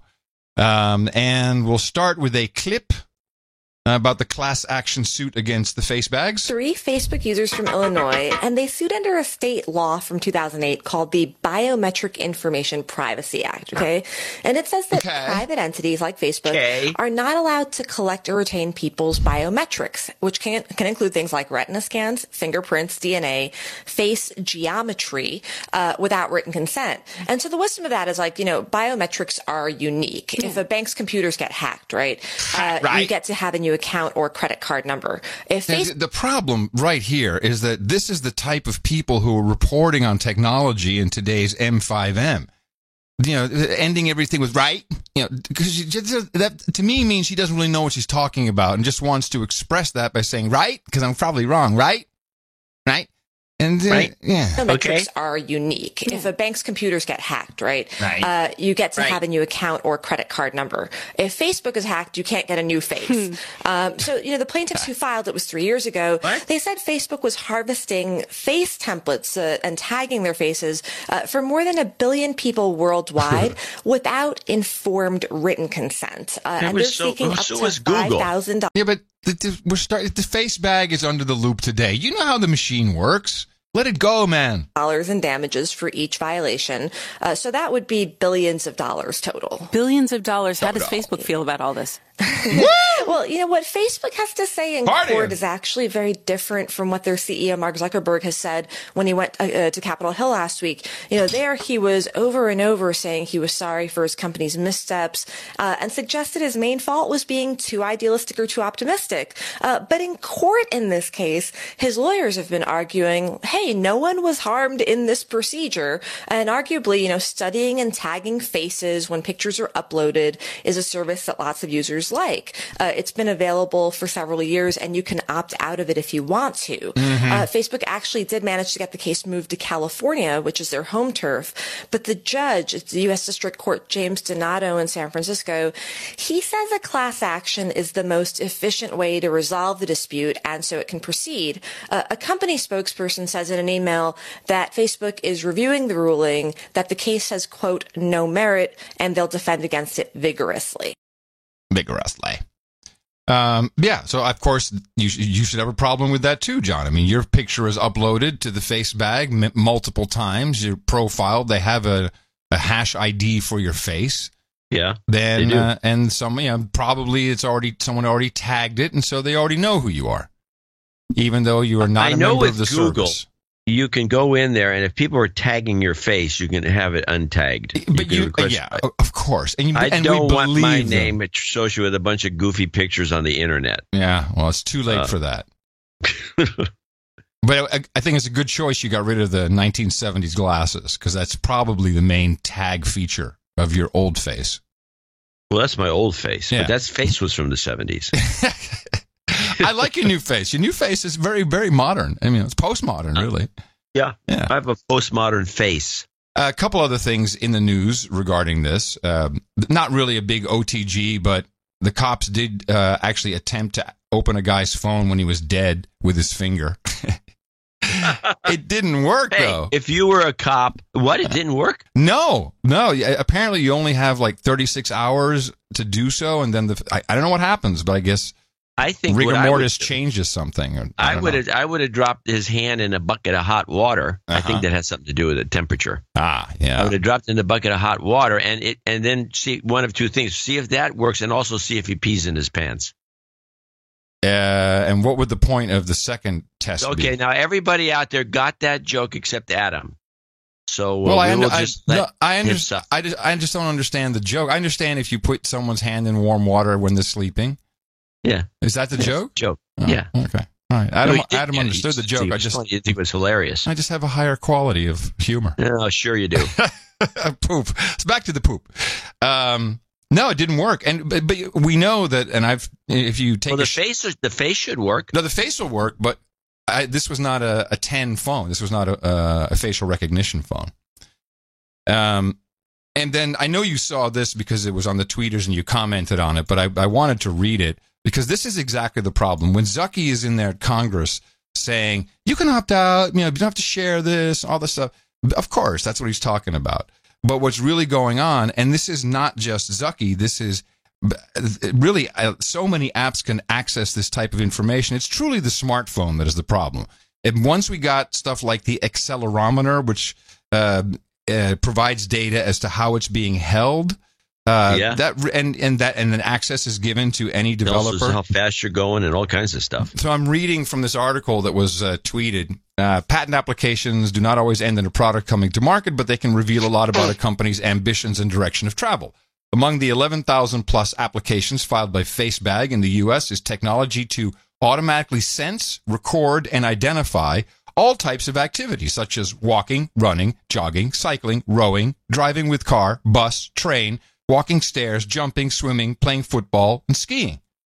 Other provides for location tracking techniques that circumvent the need for GPS through advanced knowledge of the user's intended or estimated location, such as a reservation for an event at a particular time, restaurant, theater, concert. Also interesting is software that tracks significant topics of discourse and analyzes words used while discussing politicians' names and political, legal, or economic issues. This latter patent has an attendant interface for use by political analysts or marketing agencies. Of course, duh. But that's the stuff that is a problem with the it's not so much that FaceBag or all these guys are doing it, it's the fact that your phone is enabling it. And this was, and this is egged on by a tech horny press who all they could ever say, oh, so cool, accelerometer, hi, oh, horny for it. And now it's really being used against us. I mean, it's very easy to know if someone is walking because the phone is in a certain, in your pocket, and then they can detect that, and you can create models. And this I think is a real problem. So I am still on my quest to get away from this, and I have to make a confession. I'm going to say that you're right. The pager is just not working out. Oh. Now, this doesn't mean I don't have a solution. But the pager is just not working out. Okay, now I want you to tell us why you had idealistically adopted this pager mentality with the pager pager lifestyle, the PL, and now it's not working out. OTGPL. It's mainly because of the time it takes for someone to send you an SMS text message and for your reply to go back. That can take anywhere from 5 minutes to 15 minutes. Duplicates occur. It's real. I mean, and I remember this happening back in the day with the duplicates, but of course we had no measure of how fast things were transferred. It was amazing it was working at all. It's like, wow, this is pretty cool. In other words, you can't have like a conversation, SMS conversation. Convos are difficult, yeah. Yeah, and it's just a little too tough. Now, it's still great for alerts if I'm just out and about and I have my email triggers if it comes through, but this it's not as fail safe as I'd want it to be. But again, the mission here is to get away from the tracking. So I spent some time over the weekend looking at a device, an older device that I think will actually do everything we need without being tracked. Now, if you connect to the cellular network, you're being tracked. You're being tracked one way or the other. There's nothing to do about it. Same when you connect to Wi-Fi. But yeah, that's through triangulation at the lowest common denominator. So your level. location is totally trackable. However, if you look at the smartphones, and I finally landed on Nokia, and they're, because they had Symbian, and, I'm pretty sure that, the web browser isn't as you're not going to have an accelerometer in there. There's a lot of things. It won't work very well. You're talking about your old Nokia. Yeah. Before they went Windows and then Android. Before they got wiped out by the smartphone. Well, it's interesting. Why do you get an old StarTAC? In this, well, because what you do want is you want the QWERTY keyboard. That's the key. Because otherwise you're giving up one thing for messages going through quicker by then having to type, A and, go to D, you have to click 3 times. Yeah. So you want the QWERTY keyboard. And Nokia made a number of really interesting devices. And the one I've settled on, and I've ordered 4 different devices. I've ordered a ZX431. I've ordered a Nokia C3. But the one I'm most excited about, which only is available still from China, but they're new, is the Nokia Asha 210. And it's a very cheap device. They were only like $60 when they were new. You can put 2 SIM cards in there. It does, let me see. Of course, they still have some kind of app store, but you really just want the web browser, you want your text messages, and you get a couple other things, your calendar, etc. Apparently, there is a WhatsApp app on Symbian that I'm sure allows you to connect, and if you do that, then there's still all kinds of tracking in place from FaceBag. But the phone itself, I don't think is going to do much. It's just there's not much it can do to spy on you, and you can take the battery out, which gives you a little more. It gives you a little better feeling about anything being listened to while you think you have it off. But I think that this is kind of the way I'm going to go. So what you're going to do now is use a cheap Chinese junk phone that happens to have a couple of features that are useful. Yeah. And with that, you'll feel more comfortable, as opposed to my approach. Well, just less tracked. Which is to leave the phone off and in the closet and in a cabinet, right, and then only pull it out and carry it around when I think I'm going to get a flat tire. Right. But I need to be reachable in certain cases, and you don't have that need. I don't have that desire. Okay. I mean, you live a different life. I do. I'm a hermit. Okay, so for you, that's absolutely fine. But for me, I use a landline, Bakelite phone. And by the way, you should look at this Nokia Asha 210. It's a very modern-looking device. It's actually ASHA. Yes, AS. They had a whole line, which I don't even recall. But it was really interesting going through all the different old phones that are out there. And of course, we had the Sidekick and the slides, which I don't like because you need 2 hands. Then I just want to be able to type something with 1 hand. But and I know we have a lot of people who are intimately familiar with the Symbian and the Nokia stuff. Now, I'm not all happy about them being made in China if they're being made in China. This is a nice looking phone. I told you. And apparently Nokia. It looks like that old 74, that old one that we used to use. I also ordered another E71X. I never had the 71, but the E71X, also very cheap. And that does 2 SIM cards, 3G. And also just has the crappy Symbian, which is, you want it. And I could probably even get email to some degree just so I can read the headers. But at least the phone is not in the equation. And the only thing... it's in different colors. It's in pink. It's in yellow. It's in baby blue, black, I got the black one. That figures. Now, there's a device coming out called the Light Phone. But there's already one out, but there's one coming out that'll do... I mean, it's a trend. And Nokia... They wound up selling 4.4 million feature phones, as they're known, in the fourth quarter. They had a really, I think their earnings just got boosted all of a sudden. They had this huge boost. This phone here is a red version of his $47.99 unlocked. Yeah. Which is a big deal. Yeah. And There's also the X2. I think this is the way to go. Yeah, the X2-1, and it's very cheap. And you realize all these features that came in, and what have they really done but just giving you more alerts? You know, the alert systems on these phones are also crap, so you just, make sure all that's off, because that's the sickness right there.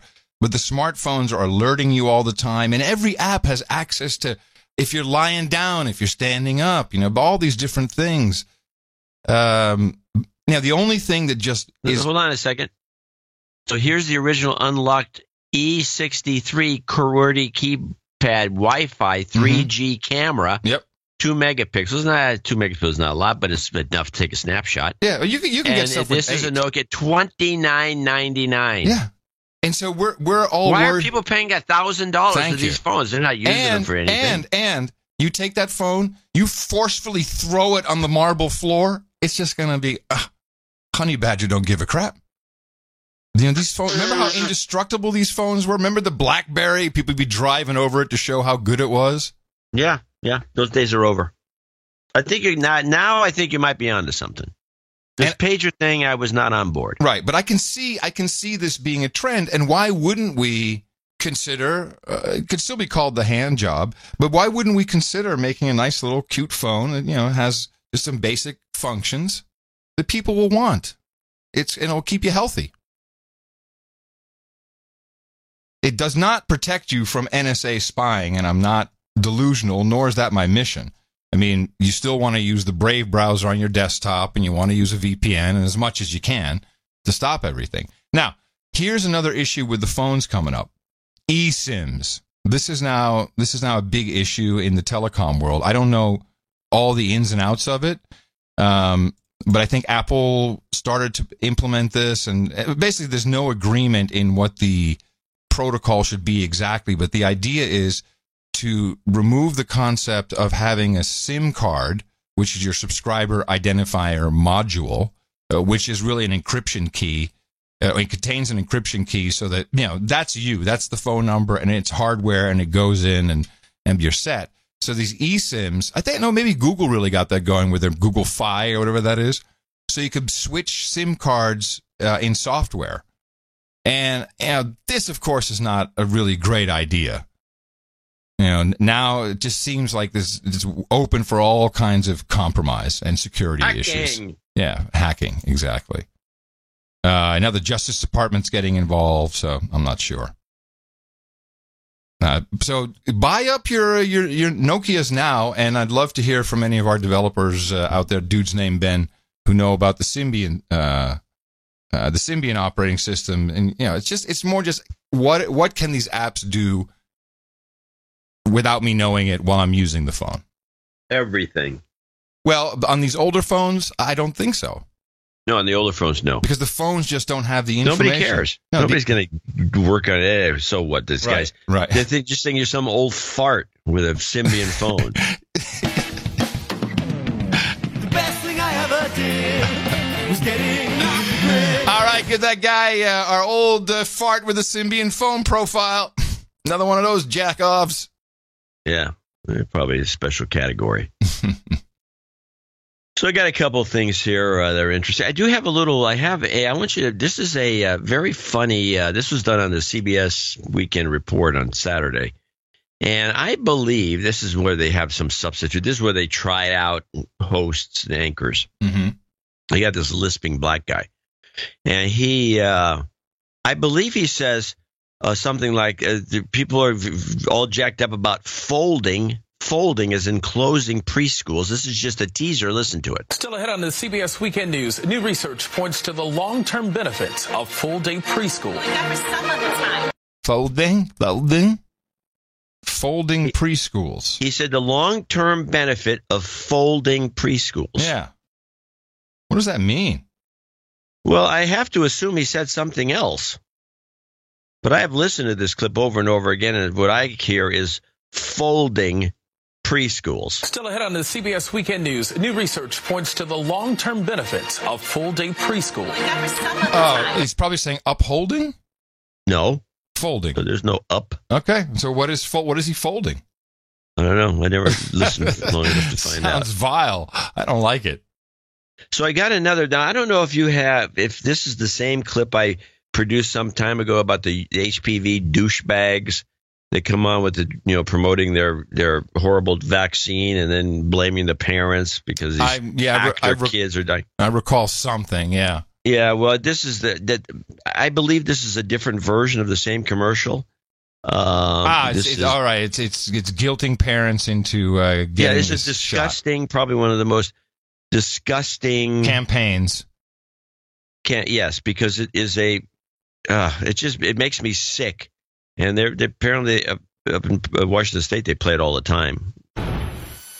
I have cervical cancer from an infection, human papillomavirus. Who knew HPV could lead to certain cancers?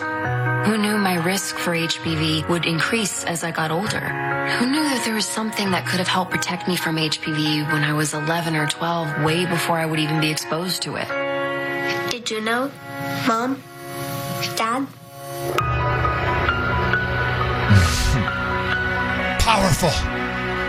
I was infected with HPV. Maybe my parents didn't know how widespread HPV is. While HPV clears up for most, that wasn't the case for me.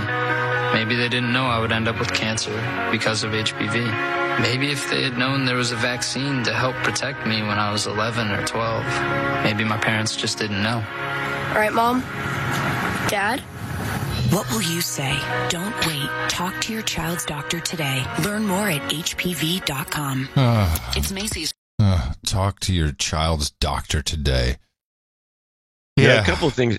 Besides that commercial being probably the lowest form of advertising. Yeah, the music was really, I liked it a lot because it had this melodramatic but still encouraging kind of, I'm at the bottom of the cesspool, I'm looking up and I see hope kind of vibe to it. The thing about that commercial that was interesting is that both of the female actor and the male actor used you could have gotten a vaccine when you were 11 or 12. Both of them said that same age range. Right. So yes. I assume that there's a big push targeting 11 and 12-year-olds to get this vaccine. I believe that has to do with the scheduling of vaccines in a child's life. So there's a moment when for some reason it's deemed safe to inject your child with something. And, that's now become, 72 shots before you're 15 or whatever. And, so there's all these things that are planned and your boosters and your tertiaries and you keep going. And then, let's add some HPV stuff to you. As soon as possible in the child's life, of course. Yeah. And I guess that's meant to be prepubescent to make parents feel like the timing's right. It's disgusting. It's well done. It works. I'm sure it works. This has got to freak people out. Yeah, I think so. It's very low. Well, talking about vaccines, I picked up this clip from Dr. Georgia Eadie, and she's a brain scientist, psychologist, but she had this half-hour talk. It took 2.5 minutes.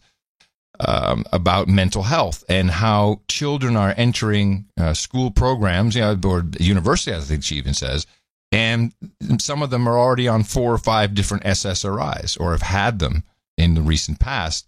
And she went about studying this phenomenon, and it turns out it's not just the United States, it is a global phenomenon, and she has some ideas as to what is causing this. Always interesting to the No Agenda Show. I am a psychiatrist. I've been a psychiatrist for 17 years. For the past 12 years in college mental health.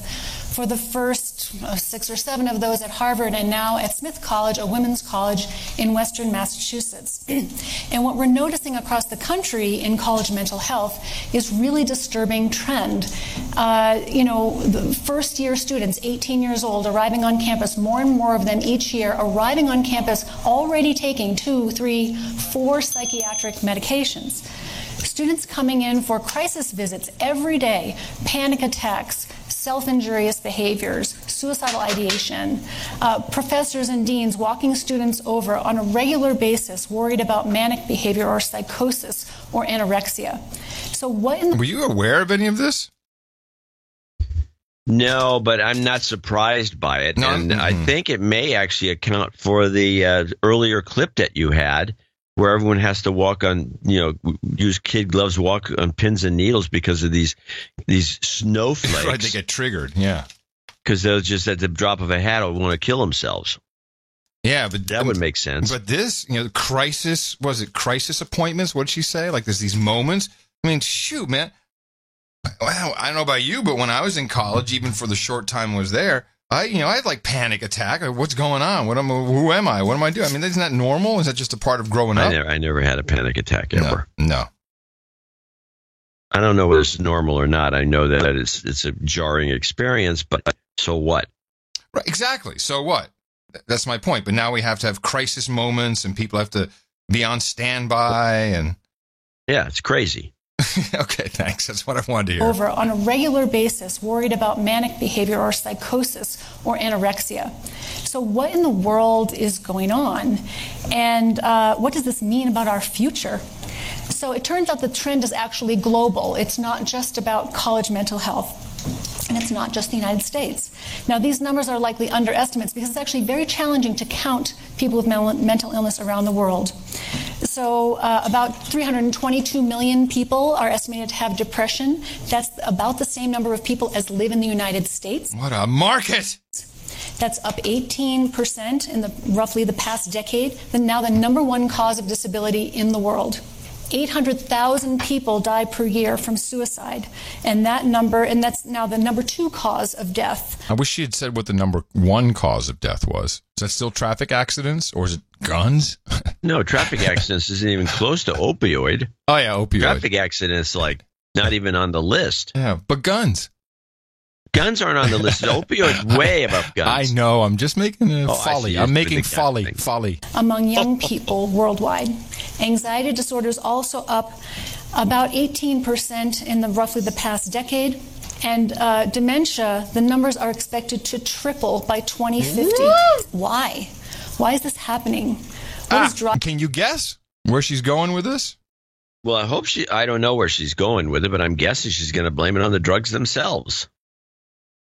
Driving these trends in colleges and all around the world.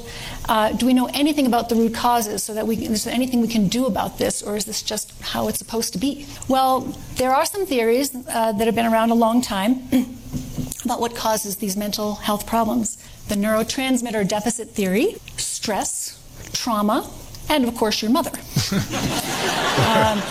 Which actually I think that is the correct answer in most cases. So what about this modern atrocity? Might this have a little something to do with it? We have learned the hard way, as many other speakers have just told you, about how dangerous this diet is, this modern diet, for our physical health. So it stands to reason, why should the brain be any different? Psychiatry as a field is in its infancy, nutritional psychiatry. But I believe that the decline in mental health around the world has a lot to do with the decline in the quality of our diet over the past 75 years. And I think that's catching up with us. And I believe that it may be one of the primary driving factors behind many mental illnesses. Not often discussed. And I encourage everyone to go take a look at that and see it in the show notes.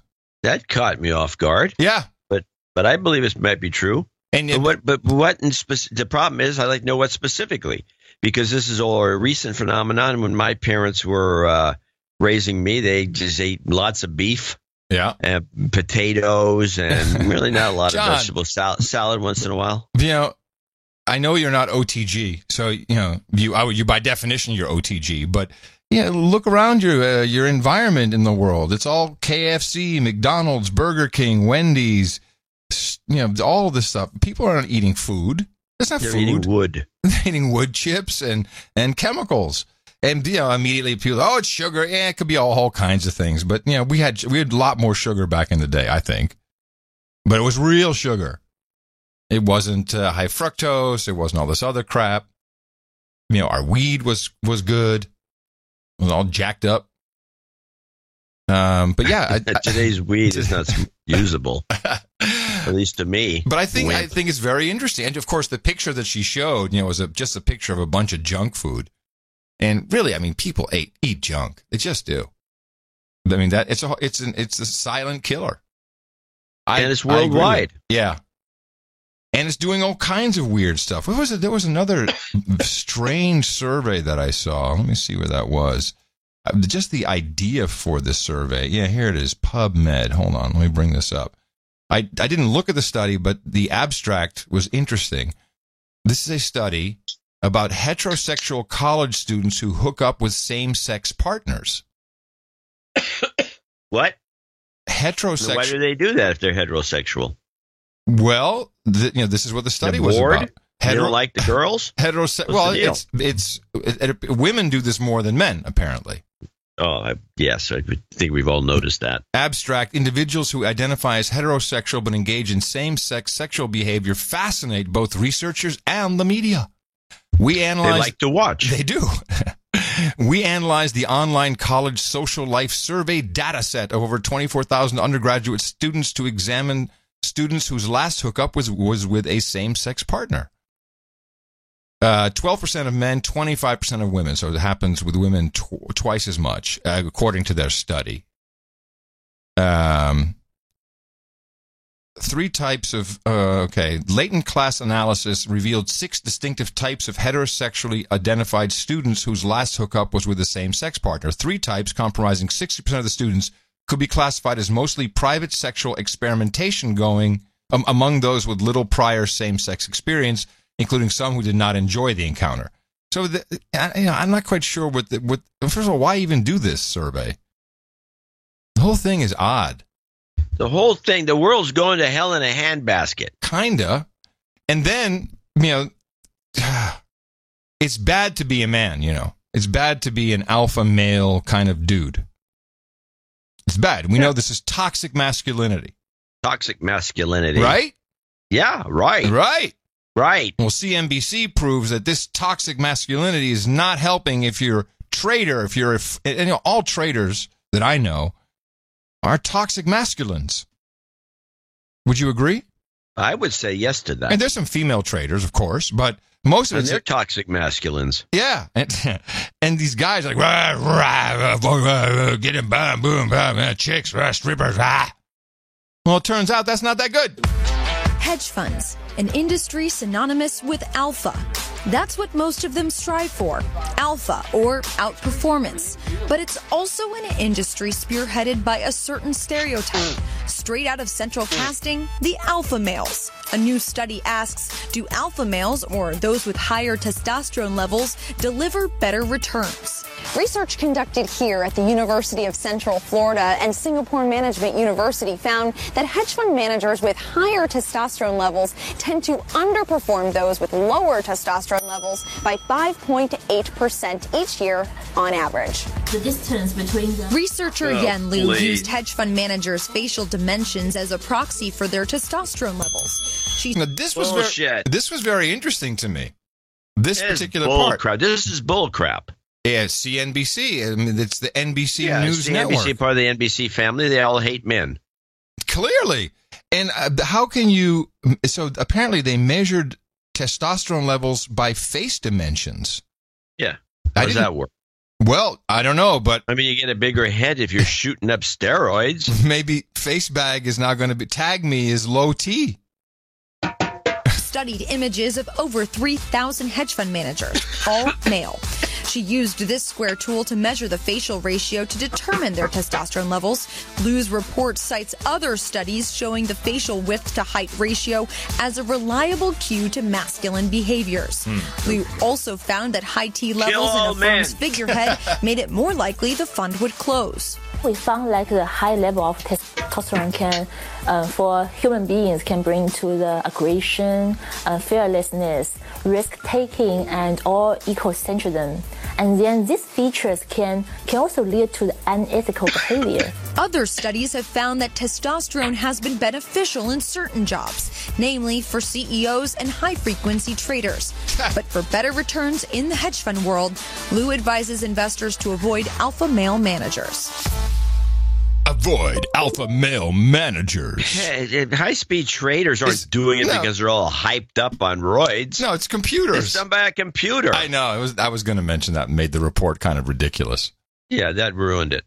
All right. Well, then let me just go to the most ridiculous report that just galls me to no end. I've already alluded to my disdain for journos of all persuasions who just suck at reporting on technology. And I do not understand, and this is your profession, and maybe you can discuss this with your LibJoe friends. I do not understand why in today's modern age, where we are surrounded by computers, everything has a connection to the microservices architecture in one form or the other. Everything is connected.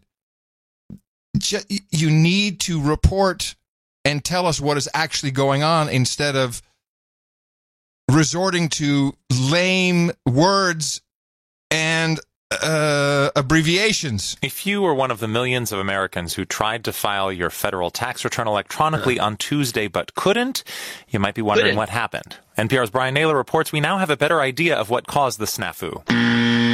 Okay, let's stop right there. Cause the snafu.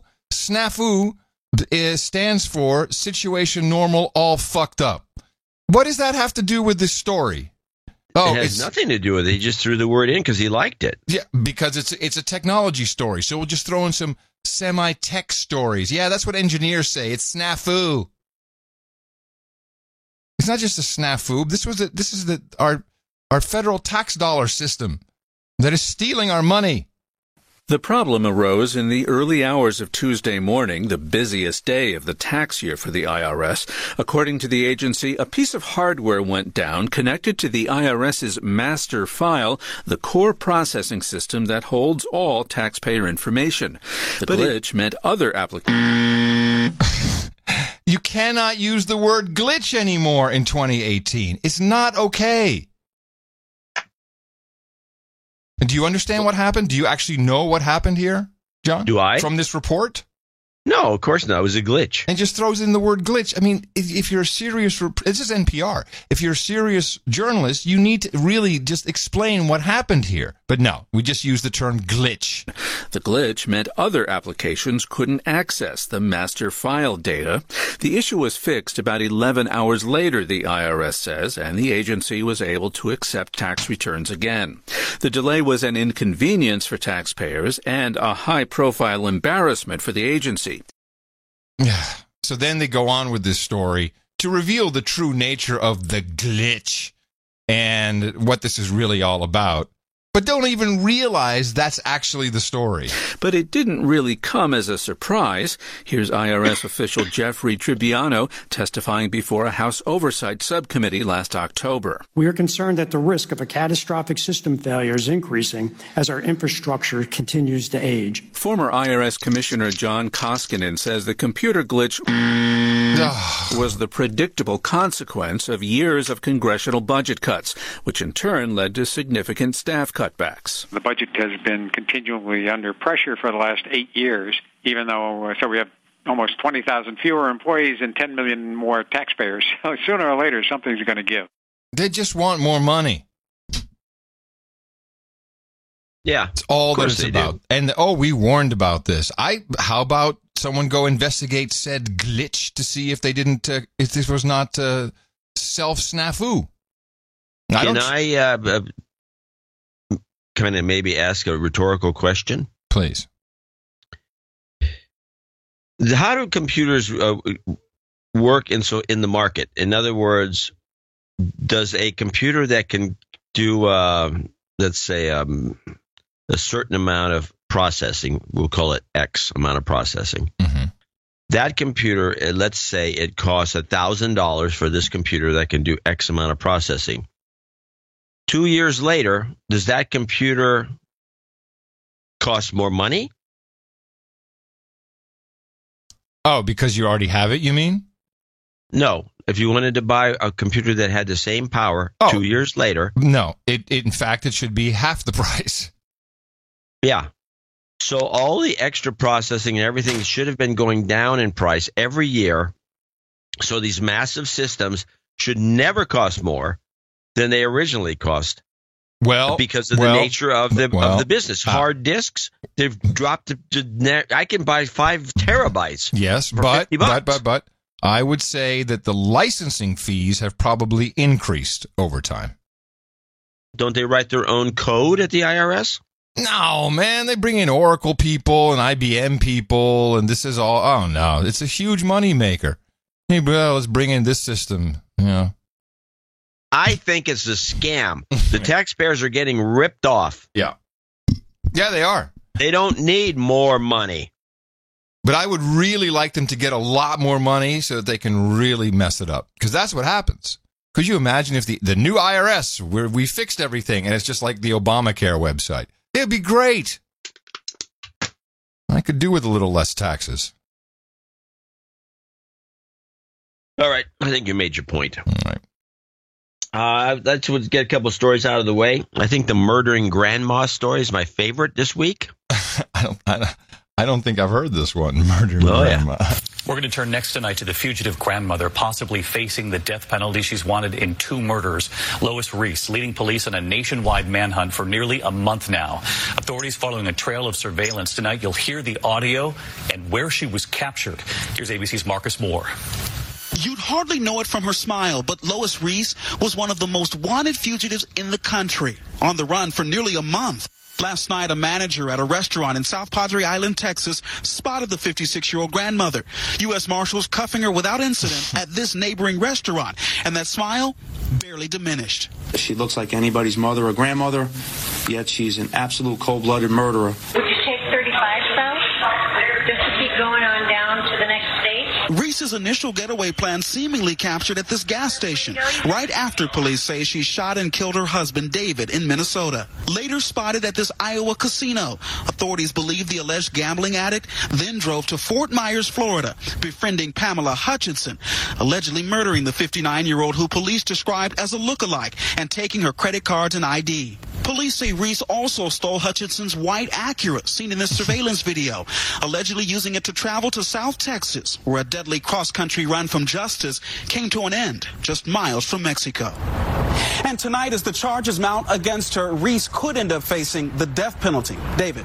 Now, do you know why it took them so long to finally catch up to her? Why she could be on the run for so long? She's a pro, I think. An old chick with a Symbian phone. No tracking. Well, when anyone who goes and kills a lookalike. Yeah, that's pretty good. That's a pro. Now they really know what they're doing. They bust her out. I bet you she gets out of this. Oh my goodness, it's sad. That's very sad. So there's a lot of pot stories because 420. Yes. So we have a pot story. I think I have 2 of them here. I have the pot story about pot and driving in Colorado. It's kind of interesting. Yes News poll finds 59% of Americans think marijuana should be legal. But what about the dangers of driving while high? And Colorado, one of the first states to allow recreational pot, 51 driving deaths in 2016 were linked to marijuana. Barry Peterson has this story. I just don't want this to happen to somebody else. Barb Deckert's fiancé, Ron Edwards, was driving to work on his motorcycle when a driver ran a red light and hit him. Edwards died in the 2015 crash, and according to police, the car's driver had marijuana in his system. Do you think the marijuana may have or did contribute to this? Oh, absolutely. According to a new state survey. Hey, I have a question. Does that type of accident, as horrific as it is, does it count towards a marijuana driving while stoned statistic, or does it count towards traffic statistic? Or both? I think both is a DUI. Okay. Did contribute to this? Oh, absolutely. According to a new state survey of 11,000 anonymous Colorado marijuana users, 69% said they have driven high in the last year. In some states, driving under the influence of more than 5 nanograms of marijuana is illegal.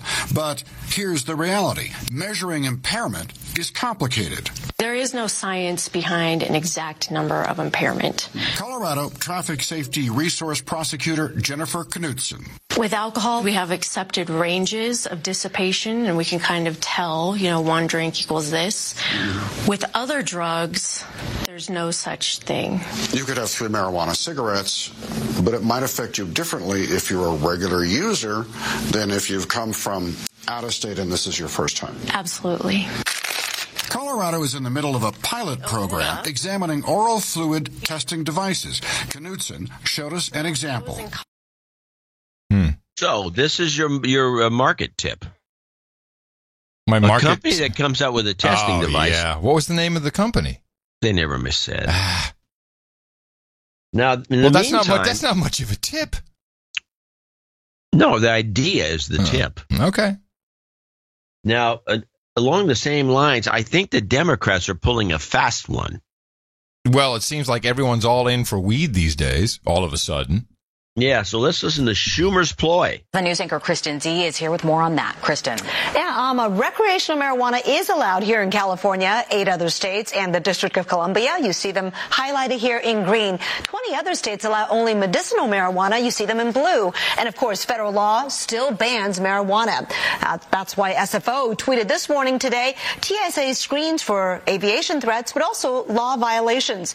Federal law treats marijuana as illegal. Passengers with suspect items at checkpoints will be sent to law enforcement officer. Well, that may soon change. Today, Senate Minority Leader Democrat Chuck Schumer tweeted he's introducing legislation to decriminalize pot at the federal level.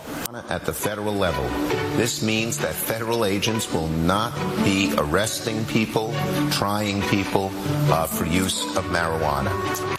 Meantime, local law enforcement and transit agencies are asking Californians to use with caution. Caltrain tweeted, reminder, there's no toking, vaping, smoking, hotboxing, nor puffing allowed on Caltrain or on our platform. Thank you, and have a nice day. Wow, hotboxing a Caltrain is a fun idea. What the hell does that even mean? Oh, so if you're in the car and you hotbox, that means you just smoke a whole bunch of marijuana with the windows up and no circulation of ventilation. So it's just a big hot box. So you can just invite friends in there. Hey, come sit here for a minute or two.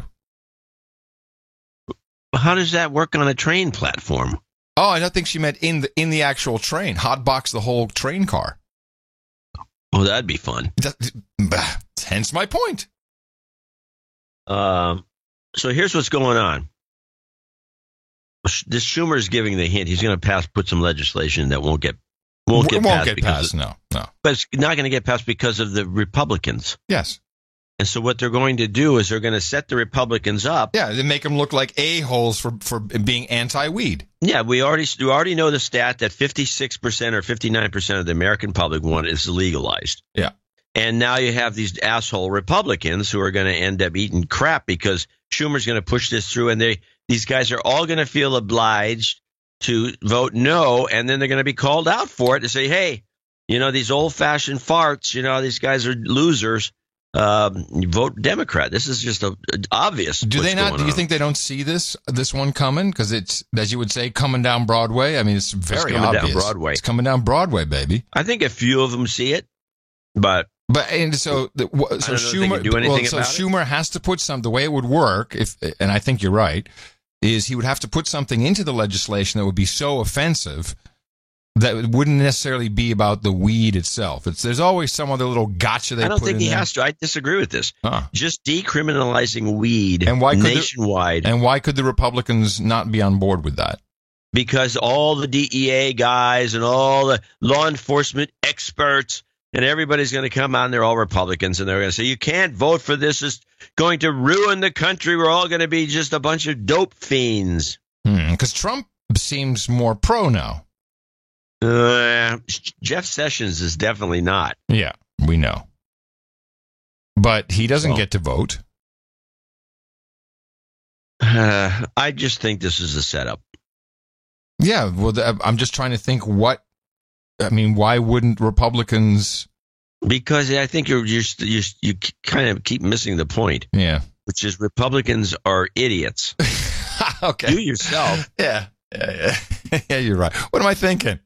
Yeah, you yourself just earlier in the show said both these guys, both sides are idiots. Yeah. Except that the Republicans about certain topics are real idiots. Yeah. This being one of them. And the Democrats, there's a few Democrats, Schumer being one of them, that can outsmart most of the Republicans. Yeah. That's what we're looking at. Yeah. But I have a shorty, a weed clip. It actually ties into what you identified on the previous episode, that 420 is now being deemed a holiday. Yeah, that was a good catch. Today is April 20th. It is also known as 420 Day, a so-called pot holiday, and we're going in depth tonight on marijuana. What it means. I mean, we don't have to play the whole clip because it's explained. Well, actually, I will play pot it. holiday. Yeah, this is how the pot. This is what we celebrate now in America. For your safety on the road, the money it's making for our state, and the benefits and challenges we have seen since voters legalized recreational pot in 2012. First, though, how did 420 become the name for a weed holiday? There are several theories. The most common is that it started in California as a secret code among high schoolers in the early 70s. They would often meet at 420 in the afternoon to get high because it was after school and before their parents got home. Yeah, okay. I thought it was Hitler's birthday we were celebrating. Why I mean, that's what they should do. You know, pin it on the alt-right. Nazis, weed, they're Nazis. You smoke weed, you're a Nazi. We can, I mean, we're so good at this. We could put this together in a heartbeat. This is a great promotion. So I realized looking down my clip list that I missed the one clip that would have fit into your sexual harassment section. You want to do it still? I mean, we should take a break. Is it something that'll take us to the break? No. Do I have anything to take us to the break? I got just a minor little topic to take us in. As Edison Research came out with, what is this? Now, here we go. The Edison Research came out with what is podcasting is hot, baby. Everyone's talking about it again. You know, Serial put it on the map. Yeah, I saw this too. Adam Carolla's the podfather, all that stuff. It's titled The Podcast Consumer. And I want you to pay attention to the podcast you're listening to, because this type of data, especially when it's public like this, is going to be used over and over again to sell you as an audience. And they got some crazy stuff in here. Podcast listeners. I tried to clip out of this thing, and I never finished listening to it. I just decided there is nothing in this report that I don't know. But does this remind you of? Well, okay, here we go. Findings in this report: podcasting is growing. Monthly listeners grew from 24% of Americans 12 plus. There's your demographic, to 20% year over year. Podcast listeners are more likely to own a smart speaker. That's the official term now. That is the smart speaker. That is the lead into some sort of advertising campaign. Totally. I might want to add that the Keeper and I will be disposing of our smart speakers pretty soon. Oh, really? Yeah. And it came from a demo I did yesterday, because now you can just tell her to call. I said, call Tina. And then it says, okay, I'm calling Tina. Now, I didn't give it any information. How does it know who Tina is? That there's only one Tina I want to call? This is not my contact list. I've sent stuff to Tina before, so I'm sure that's where Amazon got it from. And they had a number and called and connect. Like a speakerphone. Really? Yeah. That's creepy. Uh-huh. And it wasn't the calling part. It was all the stuff in between. Like, wow, you got that right in a heartbeat. Anyway. So podcast listeners are more likely to own a smart speaker. Listening in vehicles is growing. And here's my favorite. Remind you of a pod show meeting 10 years ago. Podcasting's share of ear has doubled in 4 years. Share of ear. Share of ear. This is just the stupidest Anyone who says something like that should be shot. Share of ear. Oh. Podcasts are the number one audio source by time of consumption among podcast listeners. What kind of statistic is that? What does it even mean? That people who listen to podcasts listen the most. I don't know. But I want you to be aware that this sad fact is now taking place, and everyone's going to get all wrapped up in on it. And we've seen this movie. We lived through it. It doesn't work. What does work is our value for value model. 33. Oh. No. Yeah, that works too. I really blew that. Damn it.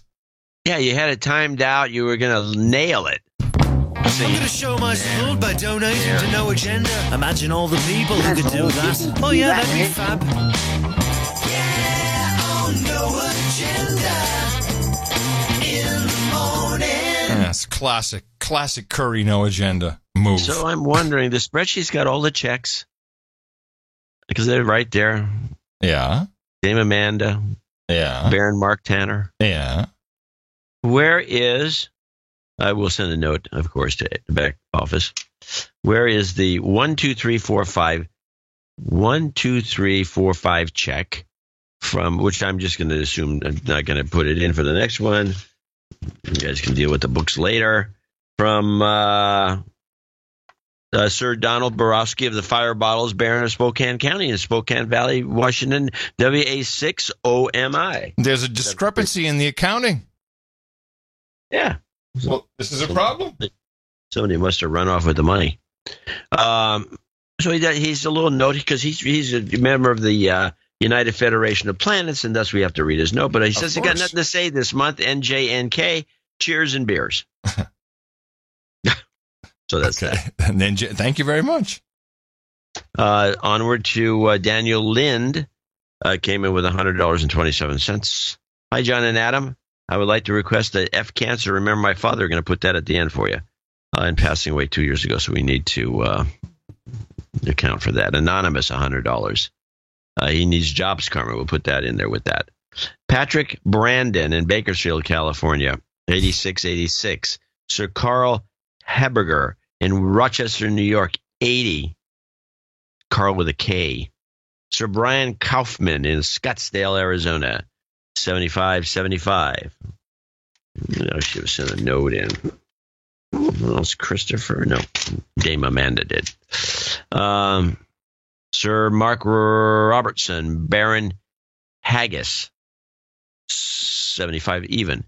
Sir John the Brewer, 7373. He was at excuse me. John the Brewer was at the meetup. In Ocean Springs. 73 is KW4RAK5ACC. That's me. Kilo 5 Alpha Charlie. Charlie says 73 is Kilo Whiskey 4 Romeo Alpha. And especially to Sir Mark of the Broken iPhone for picking up the tab in Biloxi. Oh, that was nice.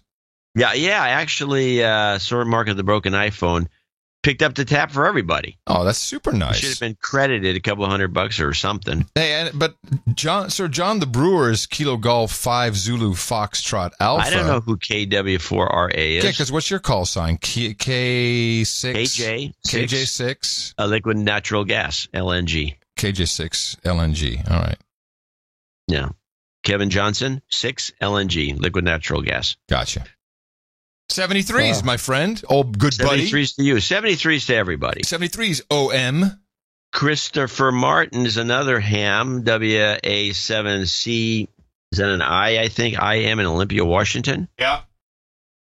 I have a note. I think I'll take a look at this note. We don't have a lot of donors. 73s and 88s. I'm a long-time listener, first-time donor. Thank you, Mr. Curry, and yourself for keeping this millennial woke. Please de-douche me. We can do that right away. You've been de-douched. Also send some jobs karma to my fellow engineers who are losing their jobs to team reorg cost reduction. Finally, I'd like to get an order of helping of a mac and cheese. Now to Mr. Curry, we'll put your jobs thing at the end. Now to Mr. Curry, I admit his OTG pager idea. I admire his OTG pager idea, but pagers transmit in clear text, a cheap software-defined radio with GNU radio, GNU, can decode transmissions, so it's a trade-off of privacy and trackability. Speaking of tracking, I will be on holiday in July and plan to be visiting the Netherlands. Oh, good. Do you have any suggestions for tourist activities? Yeah. Send me a note, and I'll send you a couple. And yes, that is, by the way, that is also a downside to the pager idea. I totally agree. I didn't know that. Yeah.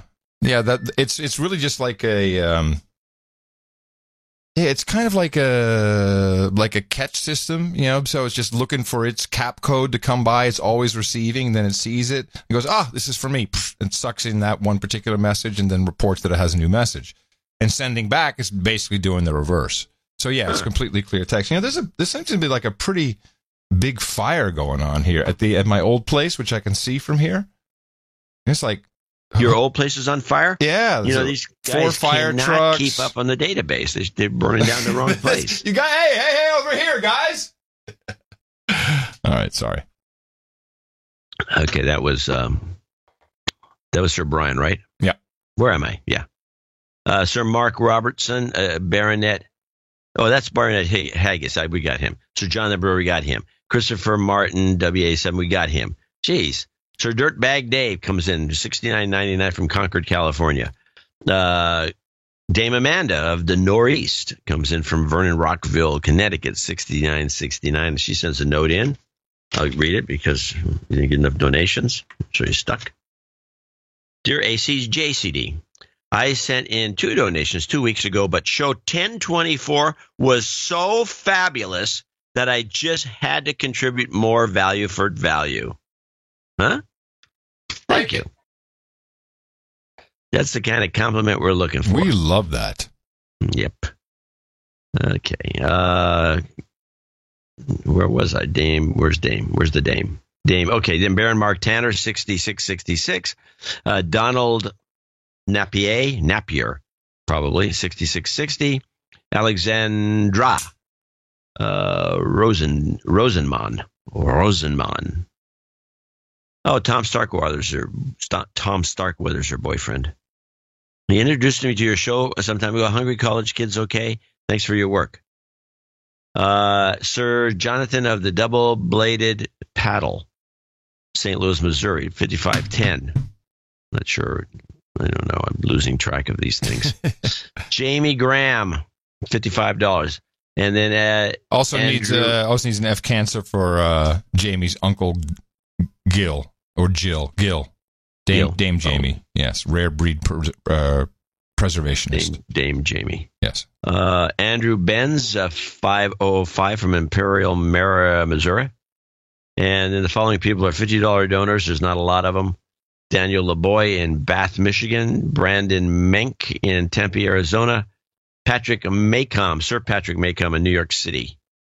Sir Jerry Wingenroth in Saugus, California. And finally, Dame Susan Johnson in Newberg, Oregon. I want to thank all these folks for helping us out on show 1027. Yes, thank you for participating in our now decade-long experiment, which seems to have positive results, long-term results, to allow us to bring you unfettered information, not targeted towards your demo, your age demographic, or your psychographic. We believe that some things can be interesting to all people. Do we not? Yes. Yes. And no matter what your age. If you listen to the beginning of the show, you'll know what we're talking about. Exactly.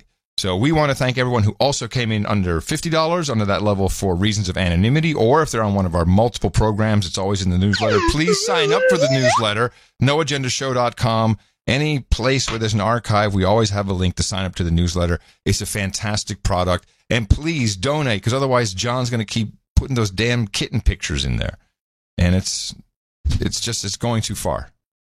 Yeah, well, we used to rely on those kitten pictures to get donations, but they seem to be failing. They seem to be failing big time.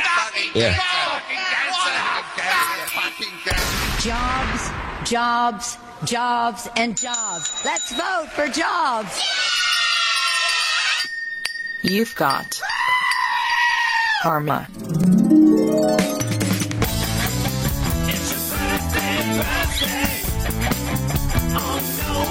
Well, step back for this list. Mark Robertson says happy birthday to his brother, Sir Ramen Noodles. He celebrated yesterday the day before yesterday, on 4/20. And that's your list of birthdays for today. No nights, no title changes, nothing at all. Boring. Rather short.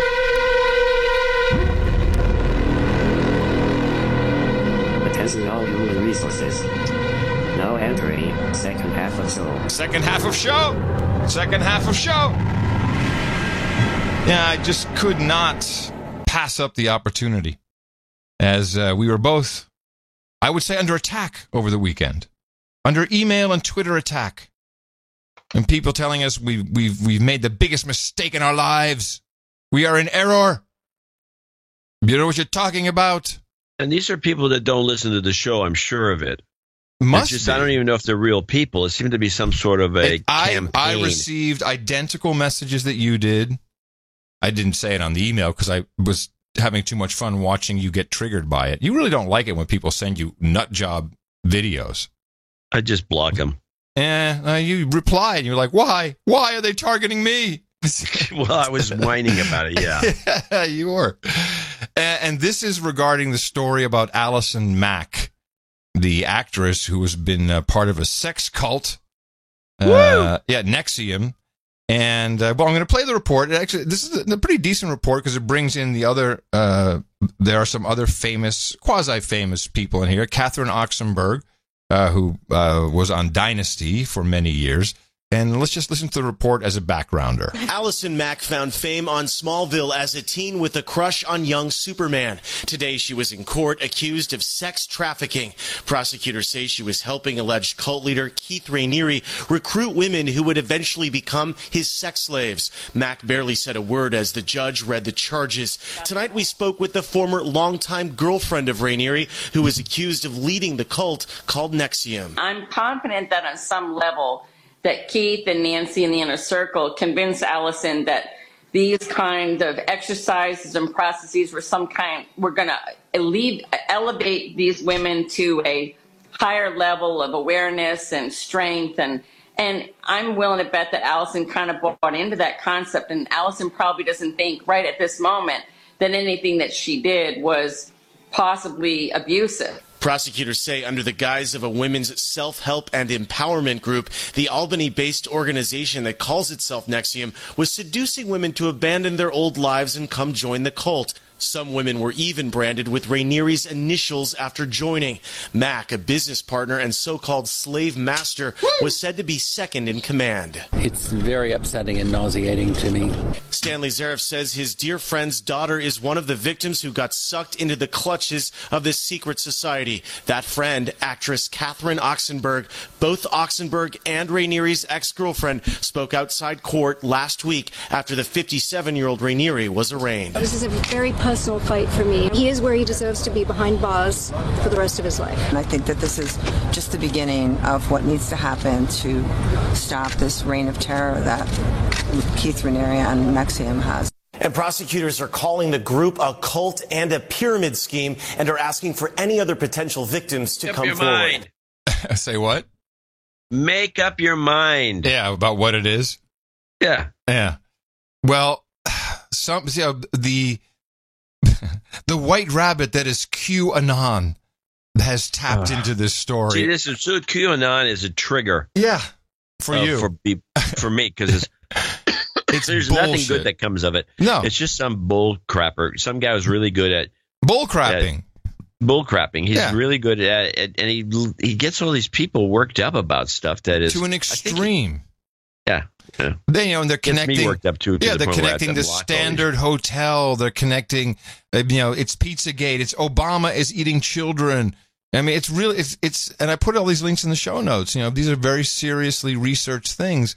But the thing that you're all missing is, because they're trying to take it back. Pizzagate is real. You see, they're all in a sex cult. Yeah, you know what? Yeah, there's a lot of sex cults. There's a lot of creepy things. Certainly in Hollywood. I'm not so sure that that's the same as upstate New York. Okay, but there's a lot of witches in upstate. Well, New York. and Hillary, she lives there, and she's eating babies. Yeah, we know that, but this is not your proof. I think if anything, it's a distraction from the real crimes because again, we have no victims. We don't have victims of the sex cult or the goes to Pizzagate. Yeah, definitely. Being ground up and spiced with oregano, basil, and then they put on the pizza. Yeah, exactly. Grind it up and put it on the pizza.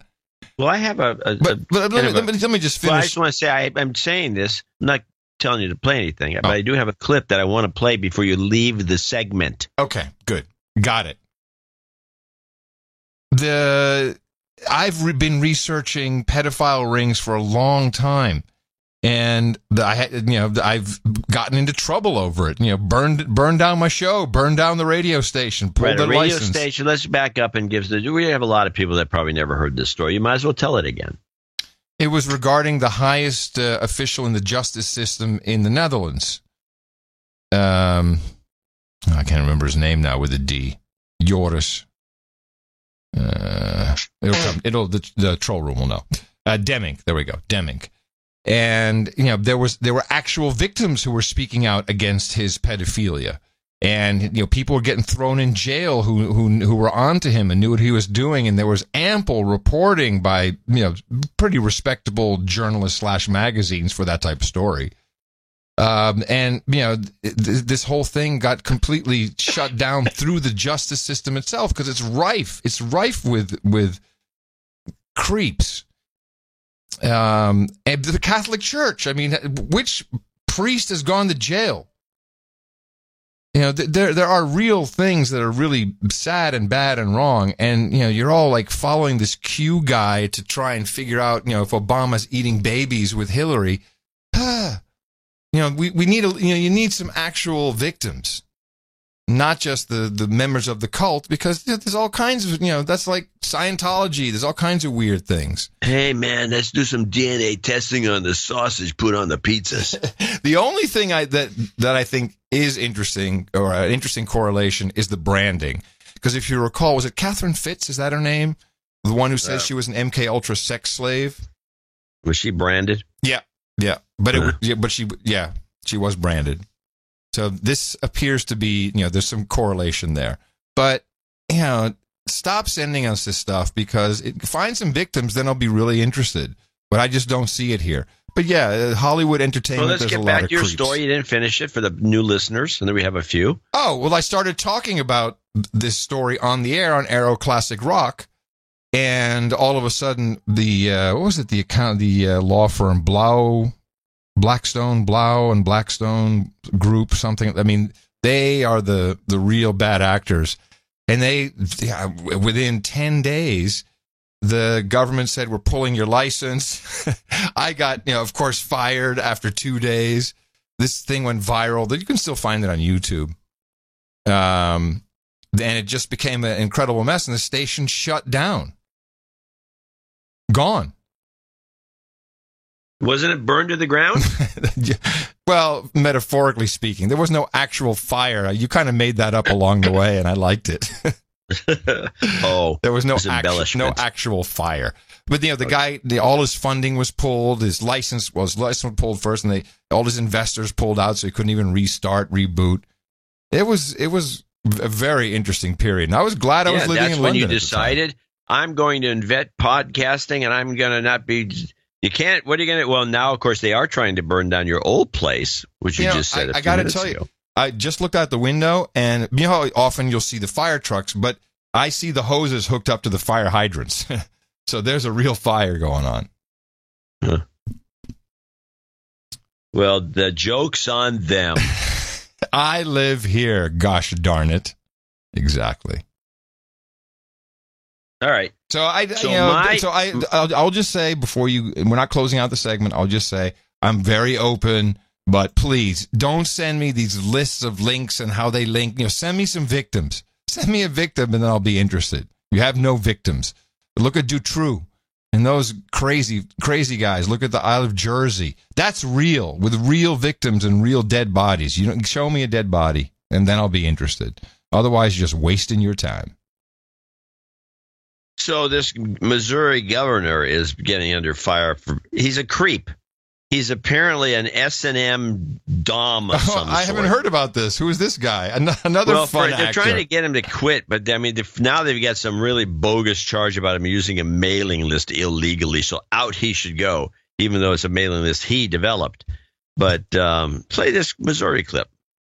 Missouri Governor Eric Greitens was hit with another felony charge Friday.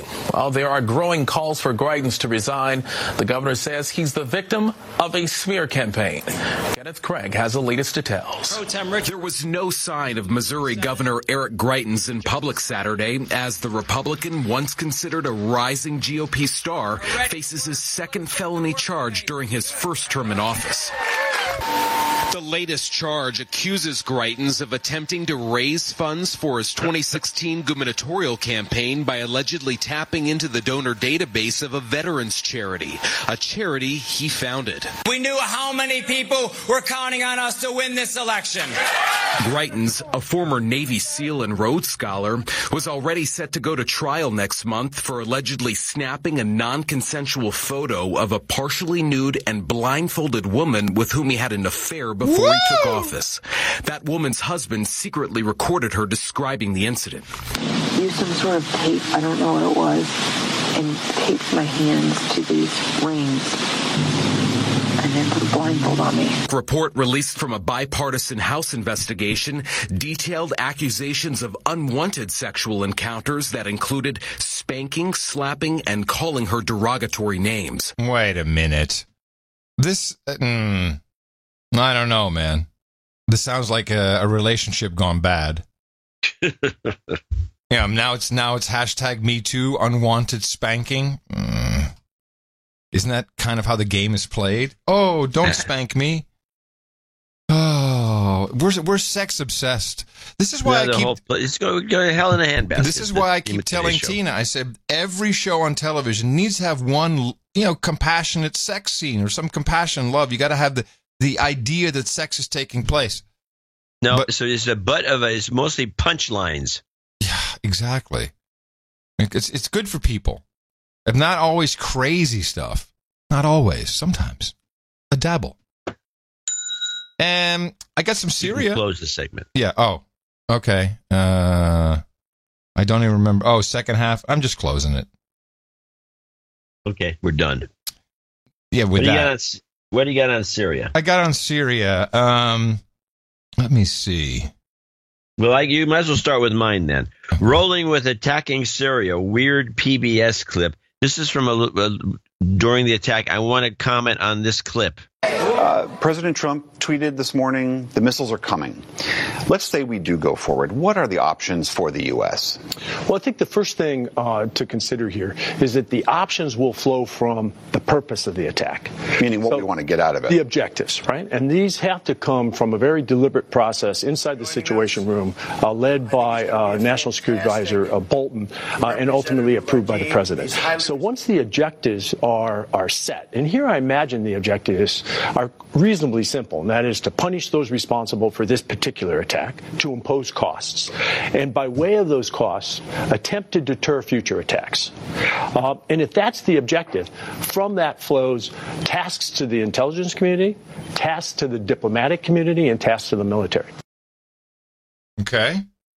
The whole thing, according to him, is led by National Security Advisor Bolton.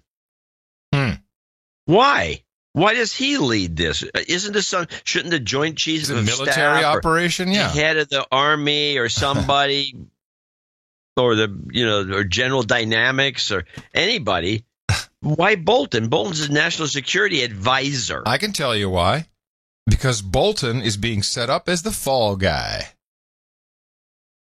I don't think so. We'll see. If anything goes wrong in Syria, it's his fault.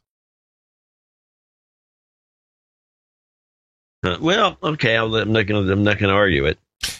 Funding was paused for multiple NGOs and boot help, but not military boots, boot help on the ground in Syria. The most notable being of that category being the white helmets, and Heather and Matt is in the room. Of course, it seems like Matt is always there now that Heather's book has shrunk. Heather is trying to explain how great they are. And in fact, they are so great that their funding apparently has not even stopped. The stabilization funding is under review at this time. Stabilization funding. I'm sorry. They had to have a cool name. Recognize and appreciate and are very grateful for all the work that the White Helmets continues to do on behalf of the people of their country and on behalf of the U.S. government and all the coalition forces. They're doing incredible work in rescuing in some cases, and other cases is recovery efforts. They're an incredible group of individuals. Incredible. But I just don't have any additional information for you on the funding yet. But if the funding for them stops, does it mean that their work has gotten less good? Their work stands for itself, and that is excellent work. Is the premise of her question correct? And, she's not lying. It's excellent. They do a great job at faking videos. They're just stupid because they keep taking selfies of them doing it. That's funding for programs No, that support them? that all continues right now. I just exchanged emails with him the other day. My understanding is that their work is still going on, and we're proud to work with them. The U.S. funding for them. Any funds that the U.S. was giving them. Has the funding, any funding that the U.S. was providing to this group ended because of the pause? As far as I'm aware, all of the work still continues. People's bills are still being paid. If there's anything that's a change to that, I'll certainly let you know. U.S. contributions are still flowing? As far as I know, that is all still in play. Can you just check that, though? Because there's an internal State Department document that says on April 15th that funding would have ended. I will double. You're not going to comment. I will double check on that. If it's an internal document, I can't. We don't comment on internal documents, but I'm not aware of one floating around. If there is one that says that. We don't comment on public documents, but if there is one floating around, gosh, Heather, wrong side of history, girl, and we're just paying for them.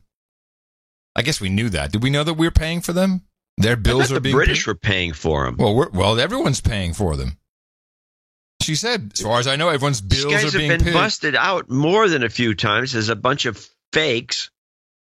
I don't get it. The Waihees. I don't get it. White helmets. It's an abbrev, the Waihees. Yeah, well, I don't like that one. Okay, white helmets. Yeah, I didn't realize that we were paying their bills, as she literally said. Now, over in the Gitmo Nation East in the UK, they're all Hamas. Yeah, in the UK, we've heard. I've played multiple clips of people who are getting cut off, told to shut up. You're nuts about Syria, when they say, well, why would Assad even do this? He was winning, 7 years of this turmoil, and then all of a sudden, oh, no, I'm going to throw some chemical weapons to have the wrath of Trump upon me. Did you see the OA with that news service that's got the Elizabeth Wheeler on? Yeah, America One News. News. One of the guys roaming around Dumas, and he's saying there's nothing going on here. And yes, yes, One America News. Yeah, One American News. Yeah, I told you that's an interesting channel. Yeah, well, I have to say, with this guy roaming around, you're talking to everybody around there. The place is a disaster, of course. Yeah. And he says the whole thing is, everyone thinks it was a staged. Well, and there's nothing. It was all just done for TV. That's why their bills are still getting paid, and they're per diem. Per diem. Per diem on the set. Hey, man, Ahmed, get some falafel. Craft services sucks today. Here's Sky News with a guy who has gotten in trouble for tweeting. So you've been identified by the government in this research as being a Russian bot, are you? That is a 100% total lie and complete. I just love that the government is calling anyone a Russian bot. I mean, what dimension are we living in? He's a Russian bot. Fabrication by the UK government. Why do you think they've identified you and singled you in particular out then, Ian? They are singling out or attack anyone who calls out the UK government lies on what has been happening recently. They have attacked me specifically because my Twitter account has recently got quite a lot of traction and a lot of impressions, views on it, so that lots of people can see. I mean, the government's lies are very transparent and very easy to see. And anybody who applies a smattering of critical thinking will immediately call out numerous lies, and the government position just completely collapses. It is. It's very apparent in the UK. They're really shutting down any dissent. Oh, yeah, it is. Now, the craziest clip in my last one in the Syria series is the Syrian ambassador to the United Nations. Now, he said something very odd. I say to Saudi Arabia today that we... This, of course, is not him. It's the translator who's speaking while he's speaking in the UN. I say to Saudi Arabia today that we eliminated its terrorist tentacles in eastern Ghouta, and I mean Jaish al-Islam gangs. Yes, we say to Qatar and Turkey that we eliminated their terrorist tentacles in eastern Ghouta, and I mean Al-Nusra Front gangs and Faylaq al-Rahman gangs. And I say to all those who exported to us armed, moderate, genetically modified opposition that we eliminated these toxic exports. And we call upon those exporters to bear the consequences of their actions, as some elements who survived would return to their original countries. So they have genetically modified super soldiers? Who is they? We do. We don't have any genetically modified super soldiers. That's what he just said. You missed it. Well, yeah, I couldn't hear him. Okay, well, listen to her. Where are we? Oh, shoot. Gotta rewind it. Hold on. I say to Sedition that we eliminated these toxic exports, and we call upon those all those who exported to us armed, moderate, genetically modified opposition. Genetically modified opposition. Maybe they're just a bunch of trans. Could be. But I don't know. I think, why would he say that? Maybe it's a translation mistake. You're watching too many movies. It could be a translation issue. It might mean something different. Well, I would like anyone who speaks Syrian to, what do they speak in Syria? Syrian? I don't know. Some Arabic dialect, no doubt. Or French. But he doesn't speak French. I don't think he was speaking French in the background. I just found that to be very odd. Genetically modified. I think I'll give you a borderline clip of the day for coming up with that thing. Well, I'll take that anytime.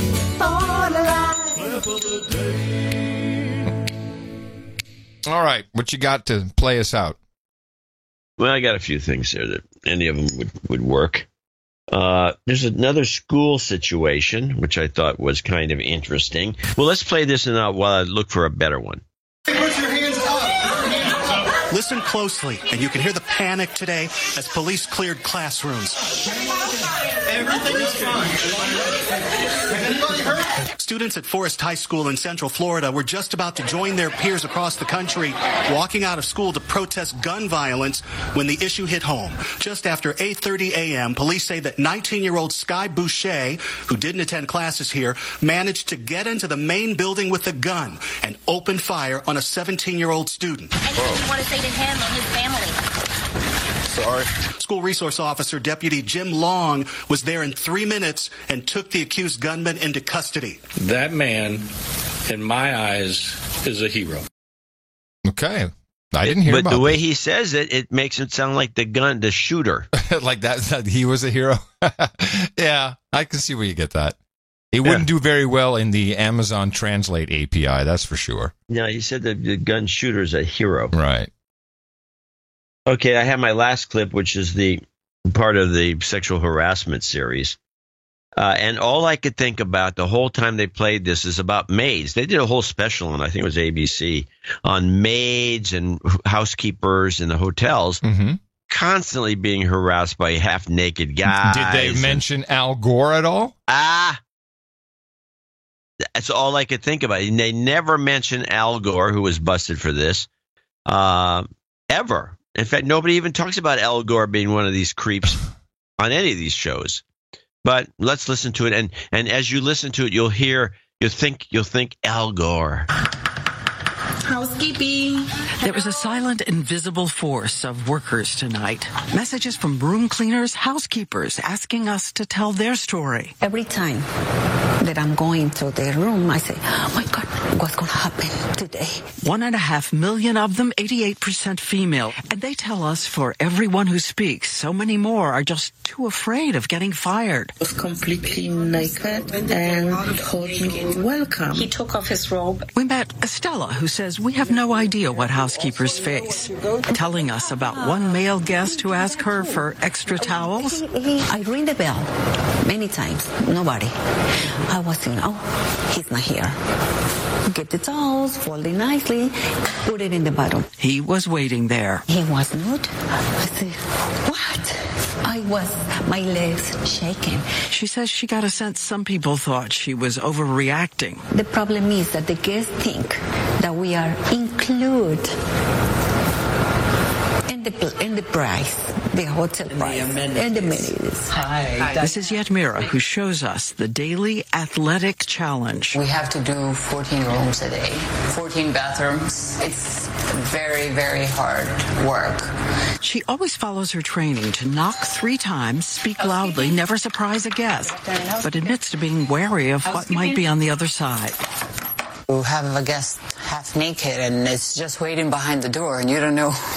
And it was not an accident. No, it's not an accident. Yet Mira now has a new tool for her protection, a panic button.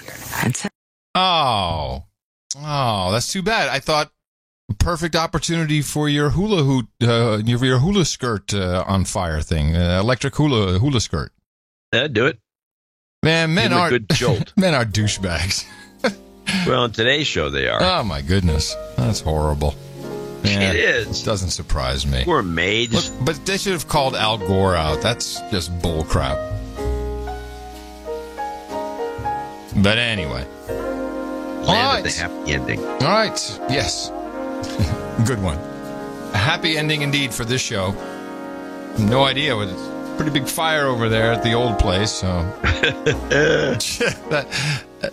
I've always ignored this. They're not using the right microservices architecture. They got the wrong address.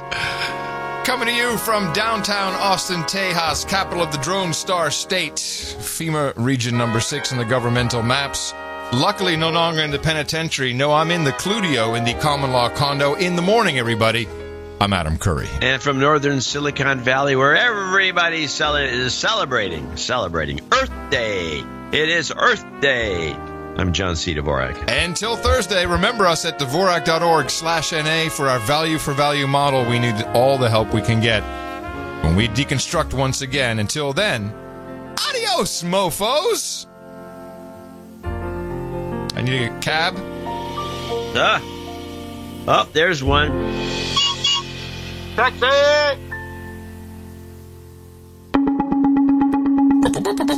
This is cool, Elon. The No Agenda Show. You got really loud all of a sudden. Okay, cool. Big gig. Woo! What did I say? Whoa. What just happened?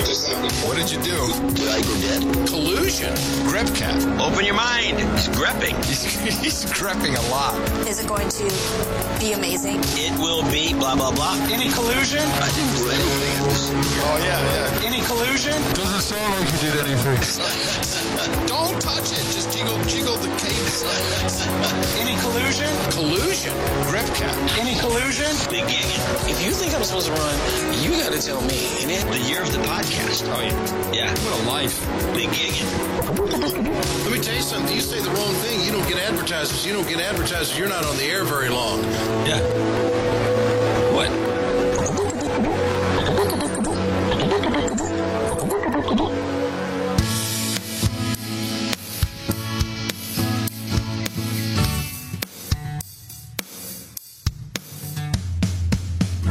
Little ditty about Trump and Comey, the president and the FBI director formerly. Trump tweets all kinds of mean stuff about Comey. Comey wrote a tell-all book and secretly supported Hillary.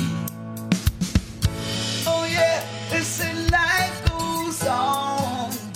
Long after the thrill of being president, the first year is gone. Oh yeah, they say life goes on. Long after the media tour to sell that book is done, they fall on.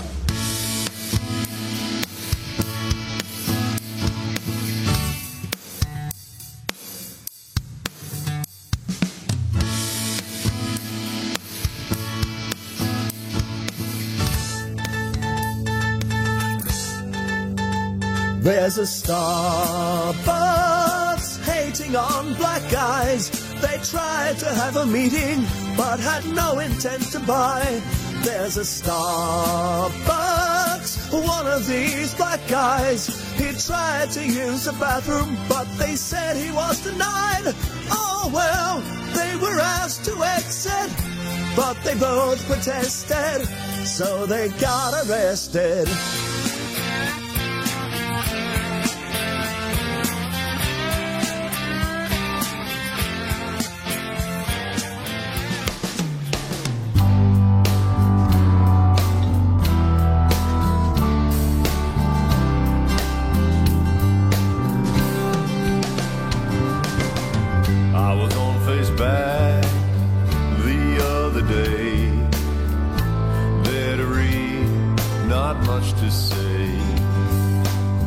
It was on my wall, but it was wrong.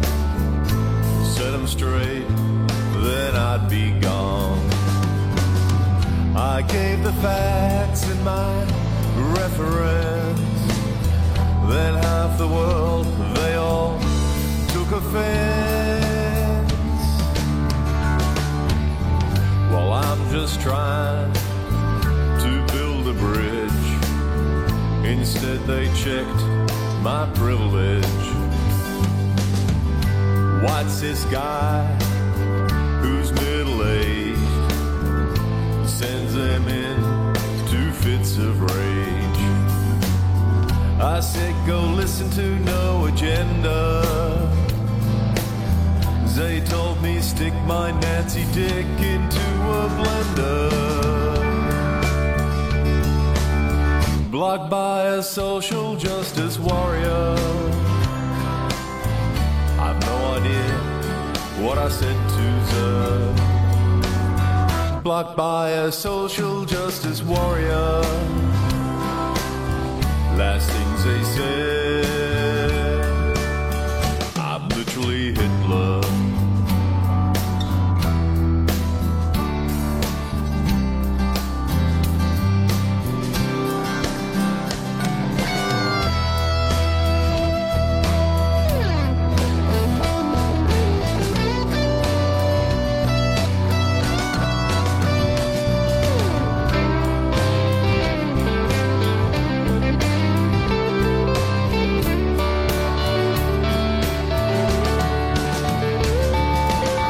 Blocked by a social justice warrior. I have no idea what I said to her. Blocked by a social justice warrior. 'Cause being white is a racial slur. Blocked by a social justice warrior. And some of them, they're interfere. Blocked by a social justice warrior. Last things they said, I'm literally Hitler.